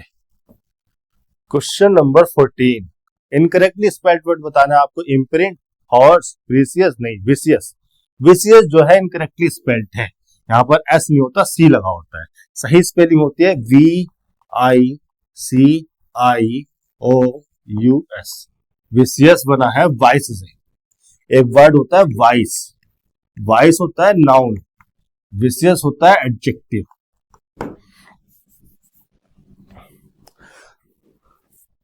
अभी मेरे पड़ोस की बात है जहां पर मैं रहता हूं, शहर का नाम तो डिस्क्लोज नहीं करूंगा, अभी जरूरी नहीं है। मेरे पड़ोस में ही एक बच्चे ने जो है सुसाइड किया है, और ये कहा जा रहा है कि वो गलत चीजों में, जैसे कि गैम्बलिंग या जुए वगैरह में वो फंस चुका था। तो मेरी आपसे गुजारिश है कि आप इस तरह की चीजों से बचें। तरह तरह की ऐप आज आ गई हैं, आपको एनकरेज करती हैं। बहुत सारे सेलिब्रिटीज आपसे आकर कहते हैं कि आप ये लूडो खेलिए, आप वो लूडो खेलिए, आप यहाँ पैसा लगाइए, आप वहाँ पैसा लगाइए और जीतिए और रिच बनिए। रिच बनने के लिए, अमीर बनने के लिए आप मेहनत कीजिए, मेहनत से काम कीजिए, दिमाग लगाइए। ईश्वर ने आपको दिमाग दिया है, दिमाग लगाकर मेहनत करके भी आप बहुत ज्यादा पैसा कमा सकते हैं। आपको इस तरह के शॉर्टकट यूज करने की जरूरत नहीं है। हो सकता है आपकी जान पहचान में कोई व्यक्ति 1-2 करोड़ रुपए किसी ऐप के थ्रू या किसी गेम के थ्रू जीत गया हो, लेकिन जरूरी नहीं है ये आइडिया आपके लिए भी काम करेगा। इस तरह के रिस्क लेने से बचे, और अगर ले भी रहे हैं तो इतने रिस्पॉन्सिबल बने कि किसी अनफॉर्चुनेट सिचुएशन में आप इस तरह के कदम ना उठाएं। इस तरह के कदम, सुसाइड जैसे कदम, आपके अपनों को बहुत ज्यादा नुकसान, बहुत ज्यादा ठेस पहुंचाते हैं। आप सोचिए जरा उन लोगों के बारे में जो आपसे बहुत प्यार करते हैं, आपके पेरेंट्स हो सकते हैं, आपके दोस्त, आपकी गर्लफ्रेंड, आपका बॉयफ्रेंड हो सकता है। उन लोगों के बारे में सोचिए कि वो आपके बिना किस तरह से रहेंगे और क्या उनकी परिस्थिति होगी अगर आप इस तरह के कोई भी गलत कदम उठाते हैं। तो इन चीजों से बचे। वापस आते हैं डिस्कशन में। ये वाइस का जो मीनिंग है कुछ इसी से रिलेटेड है। वाइस का जो मीनिंग है, उस वाइस का मतलब है immoral behaviour. An immoral behaviour, या फिर 22 का मतलब है इलीगल और immoral activity specially involving illegal sex और ड्रग्स, इलीगल सेक्स और ड्रग्स etc। वाइस एक नाउन है और वाइस का मतलब है इमोरल बिहेवियर, किसी भी अनैतिक व्यवहार को वाइस कह सकते हैं, या किसी ऐसी एक्टिविटी जिसमें इलीगल सेक्स या इलीगल ड्रग्स का यूज हो रहा हो, उस एक्टिविटी को, सेक्सुअल एक्टिविटी को, उस नार्कोटिक एक्टिविटी को आप वाइस कह सकते हैं। या वाइस का मतलब हो सकता है a moral fault in your nature और character, a moral fault in your nature और कैरेक्टर।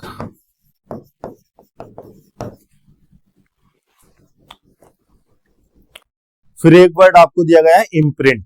इम्प्रिंट का मीनिंग हम समझेंगे इस इमेज से। इम्प्रिंट का मतलब है किसी भी आकृति को, किसी भी आकार को किसी सरफेस पर इस तरह से छाप देना। To stamp something on a surface, अपने हाथ को उसने रेत पर इम्प्रिंट कर दिया। फिर एक वर्ड आया हॉर्स। हॉर्स बोलेंगे इसको, हॉर्स। हॉर्स का मतलब हो गया साउंडिंग रफ और हार्श। किसी पर्सन की आवाज को रिफर करने के लिए हॉर्स एडजेक्टिव को यूज किया जाता है। हॉर्स एडजेक्टिव है और हॉर्स का मतलब है sounding, harsh, rough, weak and not controlled very well because of being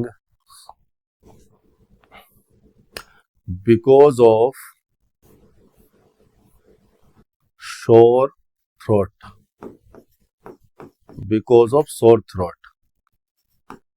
आपकी थ्रोट सोर हो गई है, इस वजह से जो आपकी आवाज है बहुत ही कमजोर सी, बहुत ही हार्श से, बहुत ही रफ निकल रही है, तो उस आवाज को आप हॉर्स कह सकते हैं। या आपने बहुत ज्यादा चिल्लाया है, साउटिंग की वजह से आपकी आवाज ऐसी हो गई है, या इलनेस की वजह से आपकी आवाज ऐसी हो सकती है, तो उस आवाज को हॉर्स कह सकते हैं। प्रीसियस का मतलब है something of great value. Precious adjective होता है, इसका मतलब है of great value, because of being rare, expensive और important। कोई चीज अगर बहुत ज्यादा रेयर है, बहुत ज्यादा एक्सपेंसिव है, बहुत ज्यादा इंपॉर्टेंट है, तो उसकी बहुत ज्यादा वैल्यू होगी। और ऐसी चीजों को कहा जाएगा प्रीसियस, जिनकी बहुत ज्यादा वैल्यू है रेयर, एक्सपेंसिव या इंपॉर्टेंट होने की वजह से। ठीक है, क्वेश्चन नंबर 15 पर चलते हैं।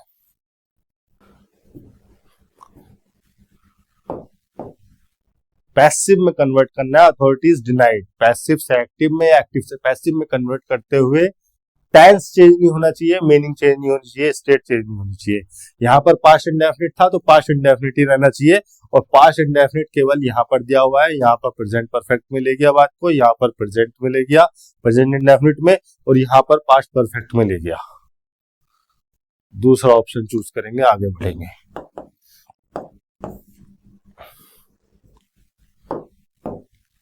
Rakesh will win the lottery, इसको ही पैसिव में कन्वर्ट करना है। फिर से मैं वही बात कहूंगा, टेंस, स्टेट और मीनिंग सेम रहना चाहिए। विल विन को इसी टेंस में रखते हुए अगर पैसिव बनाएंगे तो विल बी विन हो जाएगा।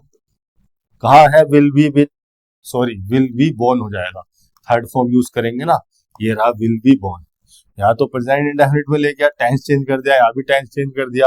यहाँ पर टेंस सेम रखा लेकिन स्टेट चेंज की, और स्टेट चेंज करने के साथ साथ बी प्लस वर्ब की थर्ड फॉर्म की स्ट्रक्चर में नहीं लाया, यानी कि पैसिव स्ट्रक्चर में नहीं लाया। पैसिव स्ट्रक्चर होती है बी प्लस वर्ब की थर्ड फॉर्म। 16 का थर्ड ऑप्शन चूज करेंगे, आगे चलेंगे। Question number 17, the to move or travel back and forth frequently, one word substitute बताना है। To move or travel back and forth frequently, यानी कि बैक और फोर्थ फ्रिक्वेंटली ट्रेवल करना। जैसे ये पेन है ना, बैक और फोर्थ, आगे और पीछे फ्रिक्वेंटली ट्रेवल कर रहा है, तो इस तरह के ट्रेवल करने को क्या कहते हैं? शटल करना। दिखा देता हूं आपको, इमेज के द्वारा मैं आपको दिखाऊंगा शटल। आपने बैडमिंटन के गेम में इसको देखा होगा, कुछ लोग हिंदी में, हमारे गांव में जब हम बचपन में खेलते थे तो उसको चिड़िया कह देते थे। बाद में जैसे जैसे बड़े हुए, बड़े लड़कों के साथ गए तो हमें पता चला इसको शटल कहते हैं। और ये शटल करती क्या है? इधर से ये पर्सन मारेगा तो उधर चली जाएगी, उधर से वो पर्सन हिट करेगा तो इधर चली जाएगी। यानी कि ये शटल दो पॉइंट या दो पोजीशन के बीच में बैक और फोर्थ रेगुलरली और फ्रिक्वेंटली मूव या ट्रेवल करती है, इसको कहा जाता है शटल। तो शटल का मतलब है कोई भी ऐसा ऑब्जेक्ट, कोई भी ऐसा व्हीकल जो दो पोजीशन, दो पॉइंट के बीच में regularly frequently back and fourth move या ट्रेवल करता हो, या इस तरह से मूव या ट्रेवल करने को हम कह देंगे शटल।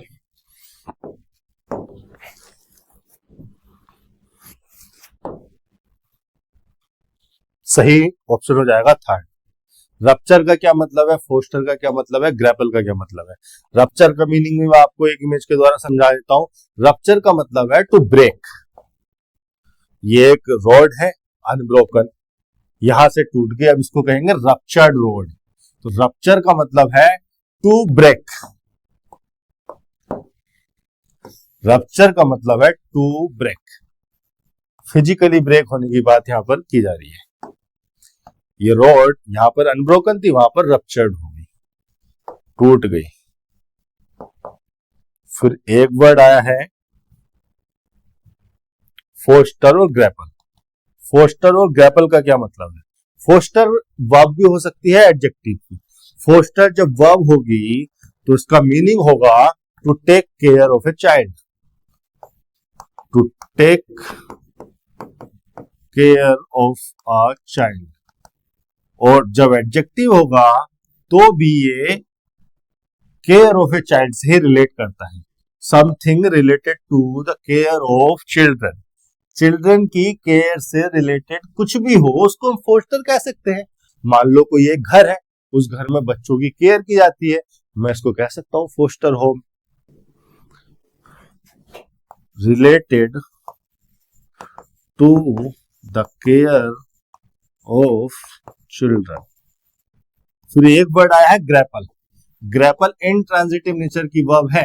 ग्रैपल के साथ आपने विद लगा हुआ देखा होगा, ग्रैपल विद समवन और समथिंग, इस तरह की स्ट्रक्चर में ग्रैपल को यूज किया जाता है। कहीं पर अगर यूज करने के लिए आ जाए तो ध्यान रखना, ग्रैपल का मतलब होता है to fight specially in order to win something, कुछ जीतने के लिए लड़ना। To fight specially in order to win something, win something. Question number 18 पे चलते हैं।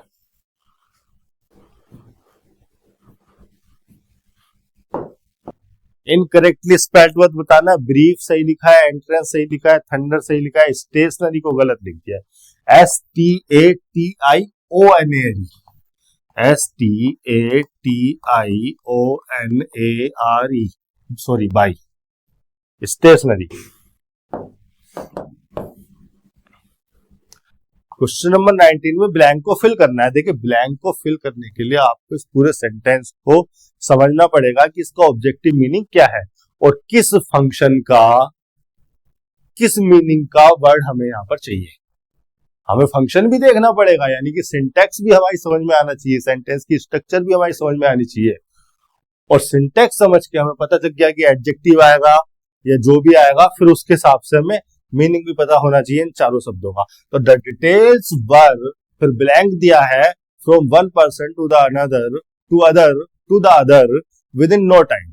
द डिटेल्स हमारा सब्जेक्ट हो गया, वर्ब बी की फॉर्म लगी है और यहां पर आनी चाहिए बी प्लस वर्ब की थर्ड फॉर्म, यानी कि पैसिव स्ट्रक्चर को जनरेट किया गया है पैसिव फॉर्म में, वर्ब को यहाँ पर यूज किया जाना है, इसलिए वर्ब की थर्ड फॉर्म लिखी है, यहाँ भी थर्ड फॉर्म है, यहाँ भी थर्ड फॉर्म है, यहाँ भी थर्ड फॉर्म है, यहाँ भी थर्ड फॉर्म है। अब हमें देखना पड़ेगा कि किस मीनिंग की वर्ब हमें यहाँ चाहिए, उसी मीनिंग की फ्रेजल वर्ब हमें यहाँ उठाकर लगानी है। The details were blank from one person to the other within no time, passed in, passed out, passed down, passed away. इन चारों फ्रेजल वर्ब के मीनिंग पता है क्या आपको? पता होने चाहिए। पास इन का क्या मतलब होता है? पास इन का मतलब होता है to give a form, document और एग्रीमेंट और असाइनमेंट टू हायर अथॉरिटी। किसी फॉर्म को, किसी एग्रीमेंट को, किसी डॉक्यूमेंट को, किसी असाइनमेंट को अपनी हायर अथॉरिटी के लिए दे देना, रिव्यू करने के लिए कि लो मैंने देख लिया, अब आप इसको रिव्यू करो, इसको पास करो, उसको कहते हैं पास इन। मैं यहाँ पर डेफिनेशन लिखवा देता हूं। पास इन का मतलब हो गया टू गिव और सबमिट, सबमिट सही वर्ड है इसको रिफर करने के लिए, इसके मीनिंग को रिफर करने के लिए। तो गिव और सबमिट अ फॉर्म, डॉक्यूमेंट और assignment to review to higher authority.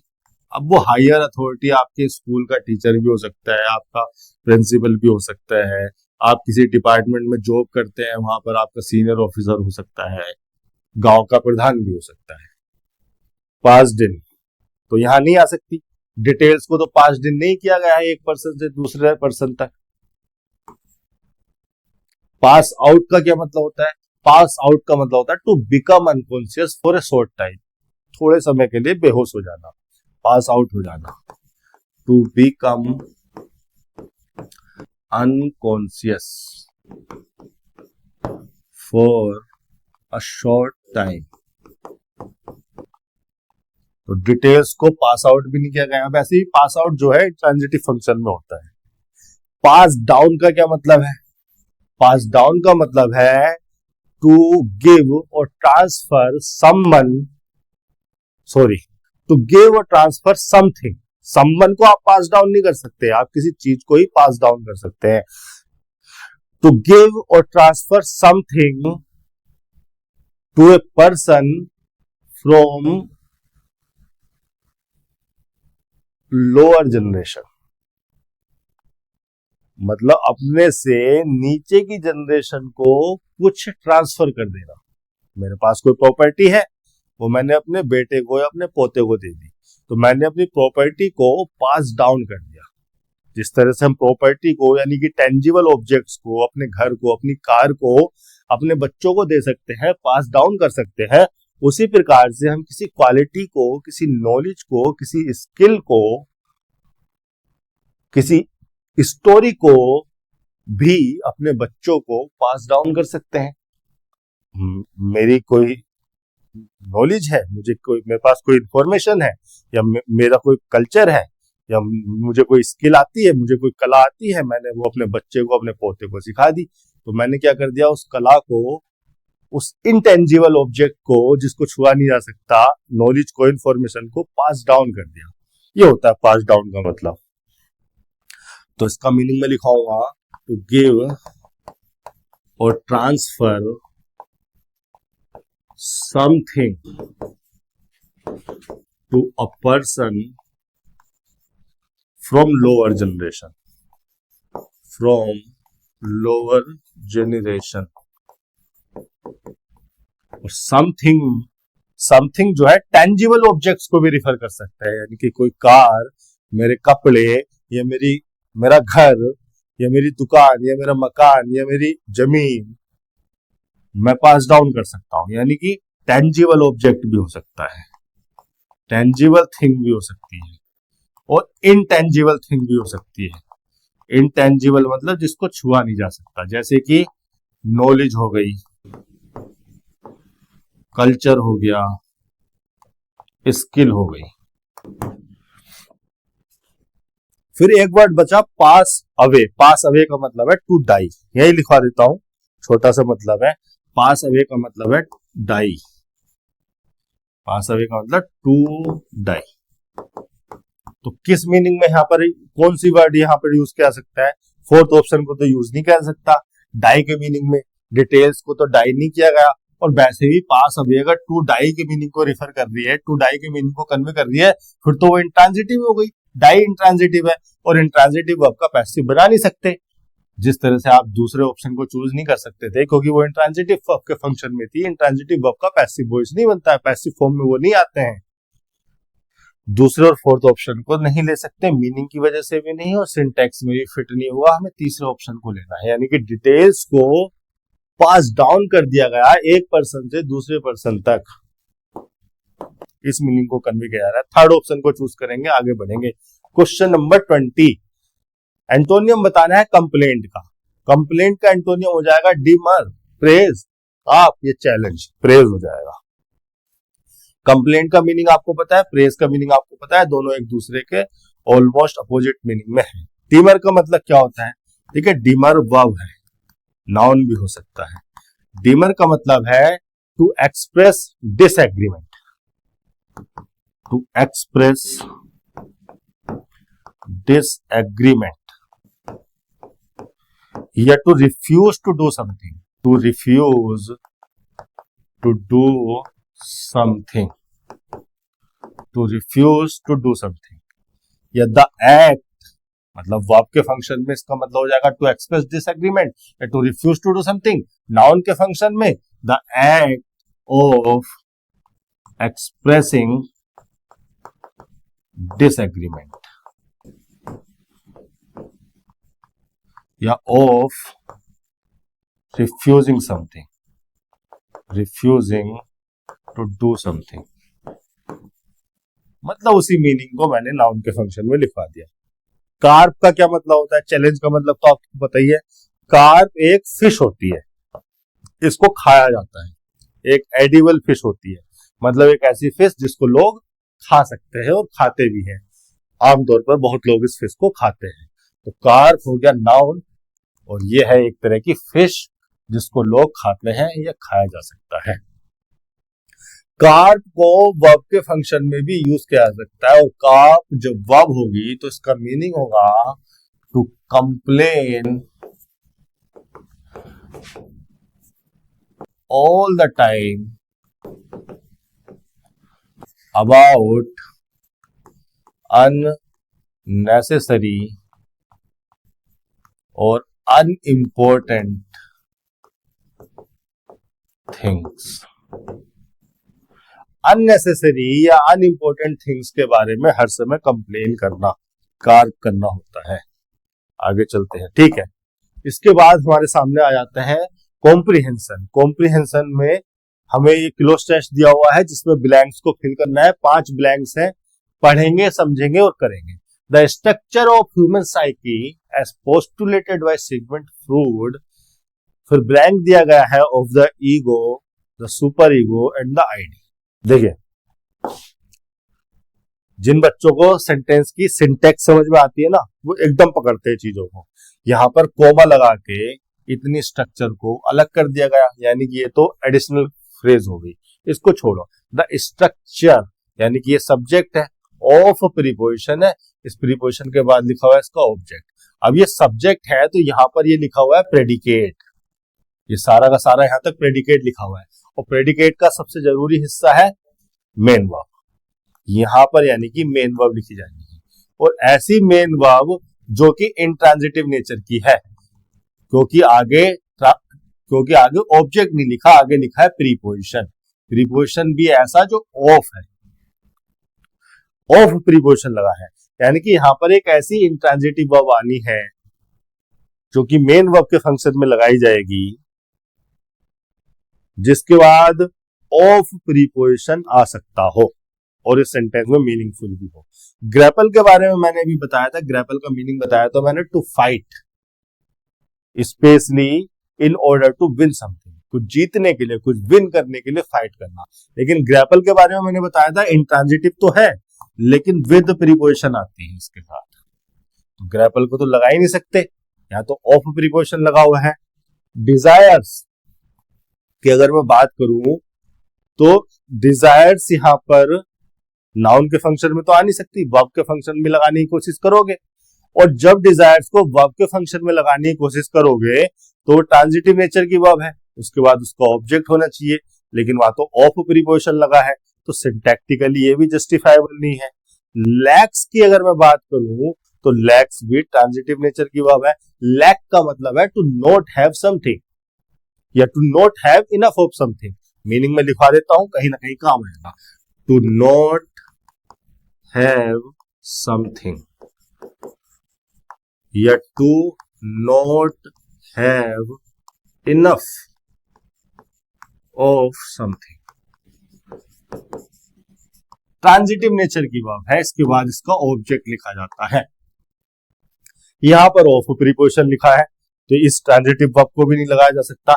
यहां पर हम लगाएंगे कंसिस्ट को, कंसिस्ट के साथ ऑफ लगाया जाता है।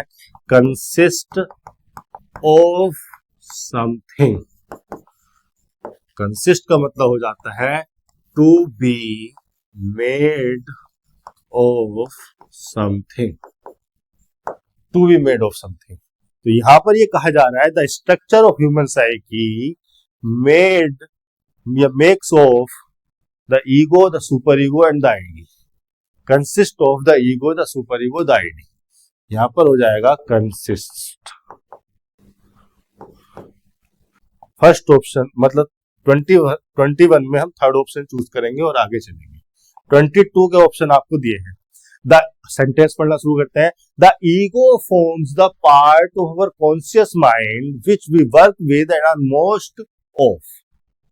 आर यहाँ पर लिंकिंग नेचर की लिंकिंग वर्ब के फंक्शन में है, लिंकिंग नेचर की वर्ब है, और यहां पर कोई एडजेक्टिव लगा होगा इसलिए मोस्ट को एडवर्ब के फंक्शन में लगाया गया है, और एक ऐसा एडजेक्टिव लगा होगा जिसके बाद ऑफ प्रीपोजिशन आ सके, और इस प्रीपोजिशन का ऑब्जेक्ट हो रहा होगा कुछ जो कि इसके बाद में लिखा है, सेंटेंस में स्ट्रक्चर से अंडरस्टूड है, लेकिन प्रीपोजिशन लिखना पड़ेगा। उस नाउन को हटा दिया जो इस प्रीपोजिशन के बाद आ सकता था ऑब्जेक्ट बनकर इलेप्सिस कॉन्सेप्ट की वजह से। तो रेजिस्टेंट आना चाहिए, डिपेंडेंट आना चाहिए, अवेयर आना चाहिए, अफ्रेड आना चाहिए। देखिए अगर आप इन शब्दों के मीनिंग जानते हैं तो अच्छी बात है ही, मीनिंग तो आपको जानने ही पड़ेंगे। मैं ये कह रहा हूं सिंटैक्स भी आपकी हेल्प कर सकती है। रेजिस्टेंट को जब भी हम एडजेक्टिव के फंक्शन में यूज कर सकते हैं तो उसके साथ हम टू प्रीपोजिशन लगाते हैं, रेजिस्टेंट टू समथिंग। यहां पर तो ऑफ लगा हुआ है तो ये तो मीनिंग के आधार पर भी नहीं आ सकती और सिंटैक्स के आधार पर भी, मतलब सिंटैक्स में भी फिट नहीं होगी। उसी प्रकार से डिपेंडेंट को जब हम एडजेक्टिव के फंक्शन में यूज करेंगे तो उसके बाद ऑन प्रीपोजिशन लगाया जाता है, डिपेंडेंट ऑन समथिंग। हालांकि वो समथिंग यहां पर लिखा नहीं है लेकिन ऑन प्रीपोजिशन तो लगा होना चाहिए था। इसको वायबल बनाने के लिए, इसको यूजेबल बनाने के लिए डिपेंडेंट सिंटैक्टिकली भी है जस्टिफाइबल नहीं है, और अगर लगाकर देखोगे तो मीनिंगफुल भी नहीं होगी क्योंकि ये आ ही नहीं सकती। अब अवेयर के साथ ऑफ प्रीपोजिशन लगा सकते हैं और अफ्रेड के साथ भी ऑफ प्रीपोजिशन लगा सकते हैं। यहां अब हमें सिंटैक्स नहीं, सिमेंटिक्स को देखना पड़ेगा, मीनिंग को देखना पड़ेगा। हमें देखना पड़ेगा कि कौन से मीनिंग का एडजेक्टिव यहां पर सुटेबल है, मोस्ट अप्रोप्रिएट है। तो देखिए जरा सेंटेंस का एक बार दोबारा से पढ़िए, मीनिंग समझने की कोशिश कीजिए। The ego forms the part of our conscious mind which we work with and are most aware of. देखिए कॉन्शियस माइंड की बात हो रही है, मतलब ये कहा जा रहा है कि देखिए जो सिगमंड फ्रूड है, मैंने इनकी थ्योरी को पढ़ा है, जिन बच्चों ने बीएड किया होगा उन बच्चों ने चाइल्ड डेवलपमेंट एंड पीडागोजी सब्जेक्ट में सिगमंड फ्रूड की इस थ्योरी के बारे में हो सकता पढ़ा हो, मैंने तो पढ़ा है बालक। इसके अलावा जब मैंने ग्रेजुएशन की थी तो ग्रेजुएशन में साइकोलॉजी का सब्जेक्ट था और साइकोलॉजी के सब्जेक्ट में भी मैंने सिगमंड फ्रूड की थ्योरी को पढ़ा था। सिगमंड फ्रूड ये कहते हैं कि जो हमारा ह्यूमन ब्रेन है, ह्यूमन साइकी है, ये 3 हिस्सों में है, 3 हिस्सों से बना है। पहला है ईगो, दूसरा है सुपर ईगो, तीसरा है आईडी। ईगो जो है हमारा कॉन्शियस माइंड है, वो कॉन्शियस माइंड जिसके द्वारा हम डिसीजन लेते हैं, जिससे हम काम करते हैं, जिससे हम अवेयर होते हैं। जैसे मैंने पेन उछाला तो मैंने कॉन्शियस माइंड का यूज करके इस पेन को उछाला है। ये वो पार्ट है, ये वो हिस्सा है जिसका मैं इस्तेमाल करता हूं, जिसके साथ मैं काम करता हूं और जिससे मैं अवेयर होता हूं, ना कि जिससे मैं डरा हुआ होता हूं। अफ्रेड का मतलब डरा हुआ होना। तो ऐसा नहीं है कि मेरे कॉन्शियस माइंड से, मेरी ईगो से मैं डरा हुआ होता हूं, मैं उससे अवेयर होता हूं, मैं जानता हूं, मैं जानबूझ कर ये डिसीजन लेता हूं, मैंने पेन उछाला जानबूझ कर लिया, अवेयर होते हुए मैंने इस डिसीजन को लिया। The ego forms the part of your conscious mind which we work with and are most aware of. Of preposition का ऑब्जेक्ट है कॉन्शियस माइंड, जो कि आगे लिखा नहीं, वो इलिप्सिस कॉन्सेप्ट की वजह से उसको हटा देते हैं। 22वें का थर्ड ऑप्शन हो जाएगा, उसके बाद आगे बढ़ेंगे। 23rd के ऑप्शन है आपके पास सामने, ये रहे। द सुपर ईगो, ईगो की बात होगी, अब सुपर ईगो की बात होगी। The super ego forms our conscious in the form of the unconscious and works on the, देखिए और प्रीपोजिशन है, प्रीपोजिशन के बाद कोई ऑब्जेक्ट लगाया जाएगा, यानी कि यहाँ पर कोई नाउन आना है, यहाँ पर कोई आर्टिकल लगा है डिटरमिनर, उससे पहले फिर ऑफ प्रीपोजिशन लगा है और प्रीपोजिशन के बाद उसका ऑब्जेक्ट। तो यहाँ पर इन चारों शब्दों में से, इन चारों नाउन में से जो नाउन लगाओगे, ये सोचकर लगाना कि वो इस और प्रीपोजिशन का ऑब्जेक्ट बन सके और उसके बाद ऑफ प्रीपोजिशन लगाया जा सके सोशल एंड कल्चरल इन्फ्लुएंसेस को रिलेट करने के लिए, एसोसिएट करने के लिए, और वो मीनिंगफुल भी हो। मतलब ये प्रीपोजिशन मतलब सेंटेंस की स्ट्रक्चर यानी कि सिंटेक्स भी आपकी हेल्प करेगा और मीनिंग भी, सिमेंटिक्स भी आपकी हेल्प करेगा यहाँ पर। तो on the counter of social and cultural influences basis, understanding या लव। ठीक है, लव का तो यहाँ पर आउट ऑफ कंटेक्स्ट वर्ड है। काउंटर का मतलब होता है response, a quick response. Counter मतलब काउंटर वर्ब के फंक्शन में भी हो सकता है, नाउन के फंक्शन में भी हो सकता है। काउंटर का मतलब हो गया रिस्पॉन्स या टू रेस्पॉन्ड। जब वर्ब होगा तो किसी ने कुछ कहा, आपने उसको रेस्पॉन्ड कर दिया, तो आपने उसको काउंटर कर दिया, या आपके इस रेस्पॉन्स को, आपके इस जवाब को काउंटर कह दिया जाता है। तो यहाँ पर काउंटर के बेसिस पर, मतलब सोशल एंड कल्चरल इन्फ्लुएंसेस का कोई काउंटर है, कोई रेस्पॉन्स है, उसके बेसिस पर वो काम करता है। अनकॉन्शियस ब्रेन जो होता है, जो सुपर ईगो होती है, नहीं, मीनिंगलेस हो जाएगा, वो होगा ऑन द बेसिस। दूसरा ऑप्शन यहां पर आना है कि उसके आधार पर, उसके बेस पर वो काम करता है। जैसे जैसे उस जो भी सोशल और कल्चरल इन्फ्लुएंसेस, यानी कि जो भी सोशल और कल्चरल फैक्टर हमें अफेक्ट करते हैं, हमें प्रभावित करते हैं, उन फैक्टर्स के आधार पर हमारा जो अनकॉन्शियस ब्रेन है, ब्रेन का अनकॉन्शियस पार्ट है, उन फैक्टर्स के आधार पर, उन इन्फ्लुएंसेस के आधार पर, बेसिस पर वो काम करता है। सही मीनिंग यहाँ सुटेबल है। अंडरस्टैंडिंग भी आउट ऑफ कंटेक्स्ट हो जाएगा। सोशल एंड कल्चरल इन्फ्लुएंसेस की जरूरी थोड़ी है सबको अंडरस्टैंडिंग हो। चलो ठीक है, कोई साइकोलॉजिस्ट है, कोई सोफिस्टिकेटेड पर्सन है, उसको इन सोशल और कल्चरल इन्फ्लुएंसेस की, फैक्टर्स की नॉलेज हो सकती है, वो इनको समझ सकता है। जो व्यक्ति ज्यादा पढ़ा लिखा नहीं है या ज्यादा समझदार भी नहीं है, बेसिक सा अपना काम करता है, अपनी जीविका चलाता है, उसको नहीं पता होता सोशल और कल्चरल इन्फ्लुएंसेस के बारे में। हाँ, वो अवेयर होता है, बट अंडरस्टैंडिंग बहुत ज्यादा हो सकता है उसको ना हो। अवेयर होने में और अंडरस्टैंडिंग होने में थोड़ा सा डिफरेंस है, तो ये भी मीनिंगलेस हो जाएगा। On the understanding, works on the understanding. Understanding को अगर यहाँ लगाकर देखोगे भी, understanding of social and cultural influences, तो हमारा जो अनकॉन्शियस पार्ट है ब्रेन का, ह्यूमन साइकी का, वो अंडरस्टैंडिंग पर काम नहीं करता है। उसका काम उस अंडरस्टैंडिंग पर काम करना नहीं है, लव भी नहीं। 23rd का हो जाएगा दूसरा ऑप्शन।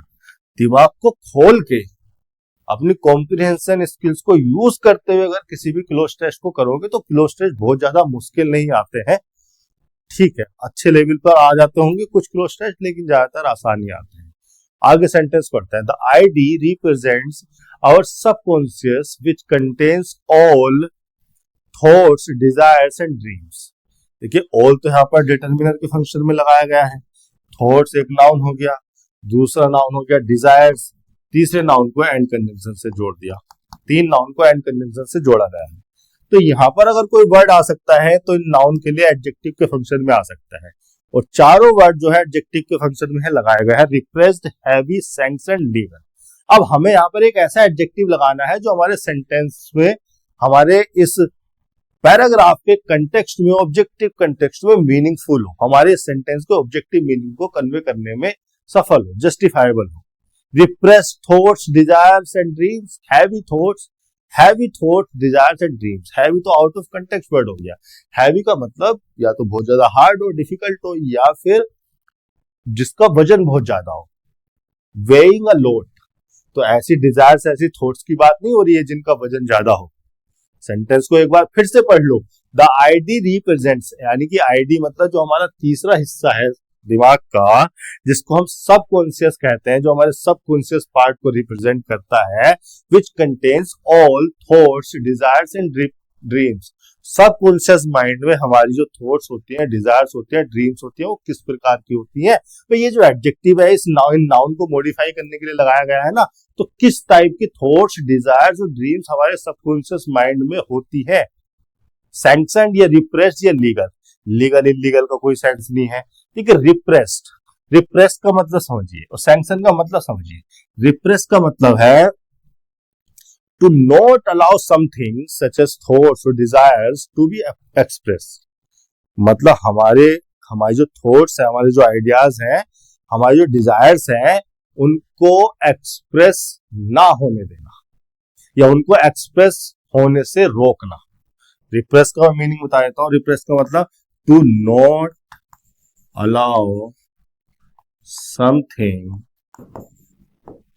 सच एज थॉट्स, आइडियाज और फीलिंग्स टू बी एक्सप्रेस्ड। उनको एक्सप्रेस ना होने देना। या रिप्रेस का मतलब दूसरे शब्दों में लिखवा रहा हूं, to prevent feelings, thoughts, ideas, opinions etc from being expressed. एक ही बात को दो शब्दों में लिखवा दिया, जैसे समझना समझ लो। सैंक्शन का मतलब क्या होता है? सैंक्शन का मतलब होता है to give someone official approval to do something. किसी पर्सन को या किसी चीज को, किसी एक्टिविटी को ऑफिशियल अप्रूवल देना, किसी पर्सन को ऑफिशियली अप्रूव कर देना, ठीक है कर लो। या किसी एक्टिविटी को अप्रूवल दे देना कि आप ये कर सकते हैं, इस एक्टिविटी को किया जा सकता है, सैंक्शन करना कहलाता है। यहां पर तो जगह है नहीं, यहां पर लिखा देता हूं, अच्छी वर्ब है। हालांकि आपके सेंटेंस में रिप्रेस वर्ब को यूज किया जाना है। रिप्रेस का मतलब है repress thoughts, repress desires, repress dreams का मतलब हो जाएगा वो थॉट्स, वो डिजायर्स, वो ड्रीम्स जिनको रिप्रेस किया गया है, जिनको दिमाग में ही रिप्रेस कर दिया गया, रोक दिया गया, जिनको बाहर एक्सप्रेस नहीं किया गया, जिनको बाहर आने नहीं दिया गया, जिनको बाहर आना अलाउ नहीं किया गया। उन थॉट्स को कंटेन करता है हमारा सबकॉन्शियस माइंड, सबकॉन्शियस हिस्सा, subconscious part of human psyche. Repressed सही ऑप्शन हो जाएगा यहाँ पे फर्स्ट। फिर भी मैं सेक्शन का मीनिंग आपको बताकर चलूंगा। अच्छा वर्ड है सैंक्शन। सैंक्शन ट्रांजिटिव नेचर की वर्ब है। सैंक्शन का मतलब है to allow someone to do something officially, yet to give official permission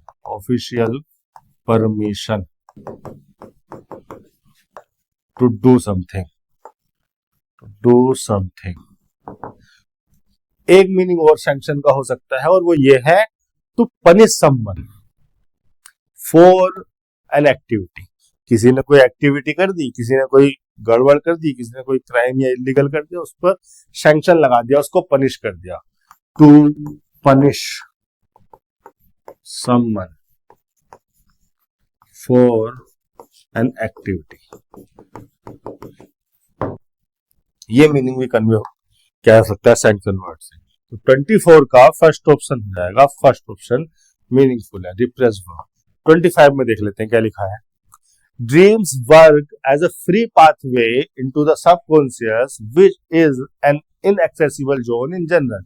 It can also contain फिर सीन्स और इमेजेस लिखा है। देखिए सीन्स और इमेजेस और कंजंक्शन से जोड़कर तो नाउन लगाए गए हैं, यानी कि नाउन से पहले क्या आ सकता है, कोई एडजेक्टिव भी आ सकता है। अब ऐसा एडजेक्टिव लगाएंगे जो नाउन को इस तरह से मॉडिफाई कर सके कि ये पूरी नाउन फ्रेज इस सेंटेंस के ऑब्जेक्टिव मीनिंग को अलाइन करे, ऑब्जेक्टिव मीनिंग के हिसाब से हो, और हमारा जो पैराग्राफ का ऑब्जेक्टिव कंटेक्स्ट है उसके हिसाब से भी सुटेबल हो।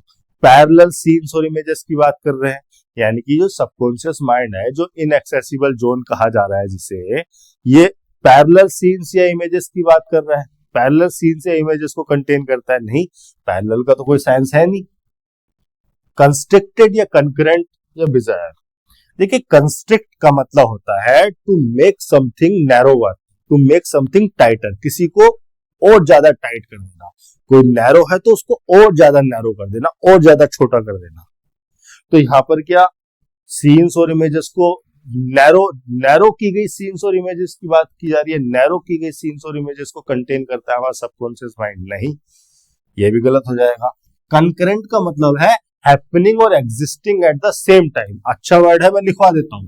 कंकरेंट एक रेडीमेड एडजेक्टिव है, उसका मतलब है हैपनिंग और existing at the same time.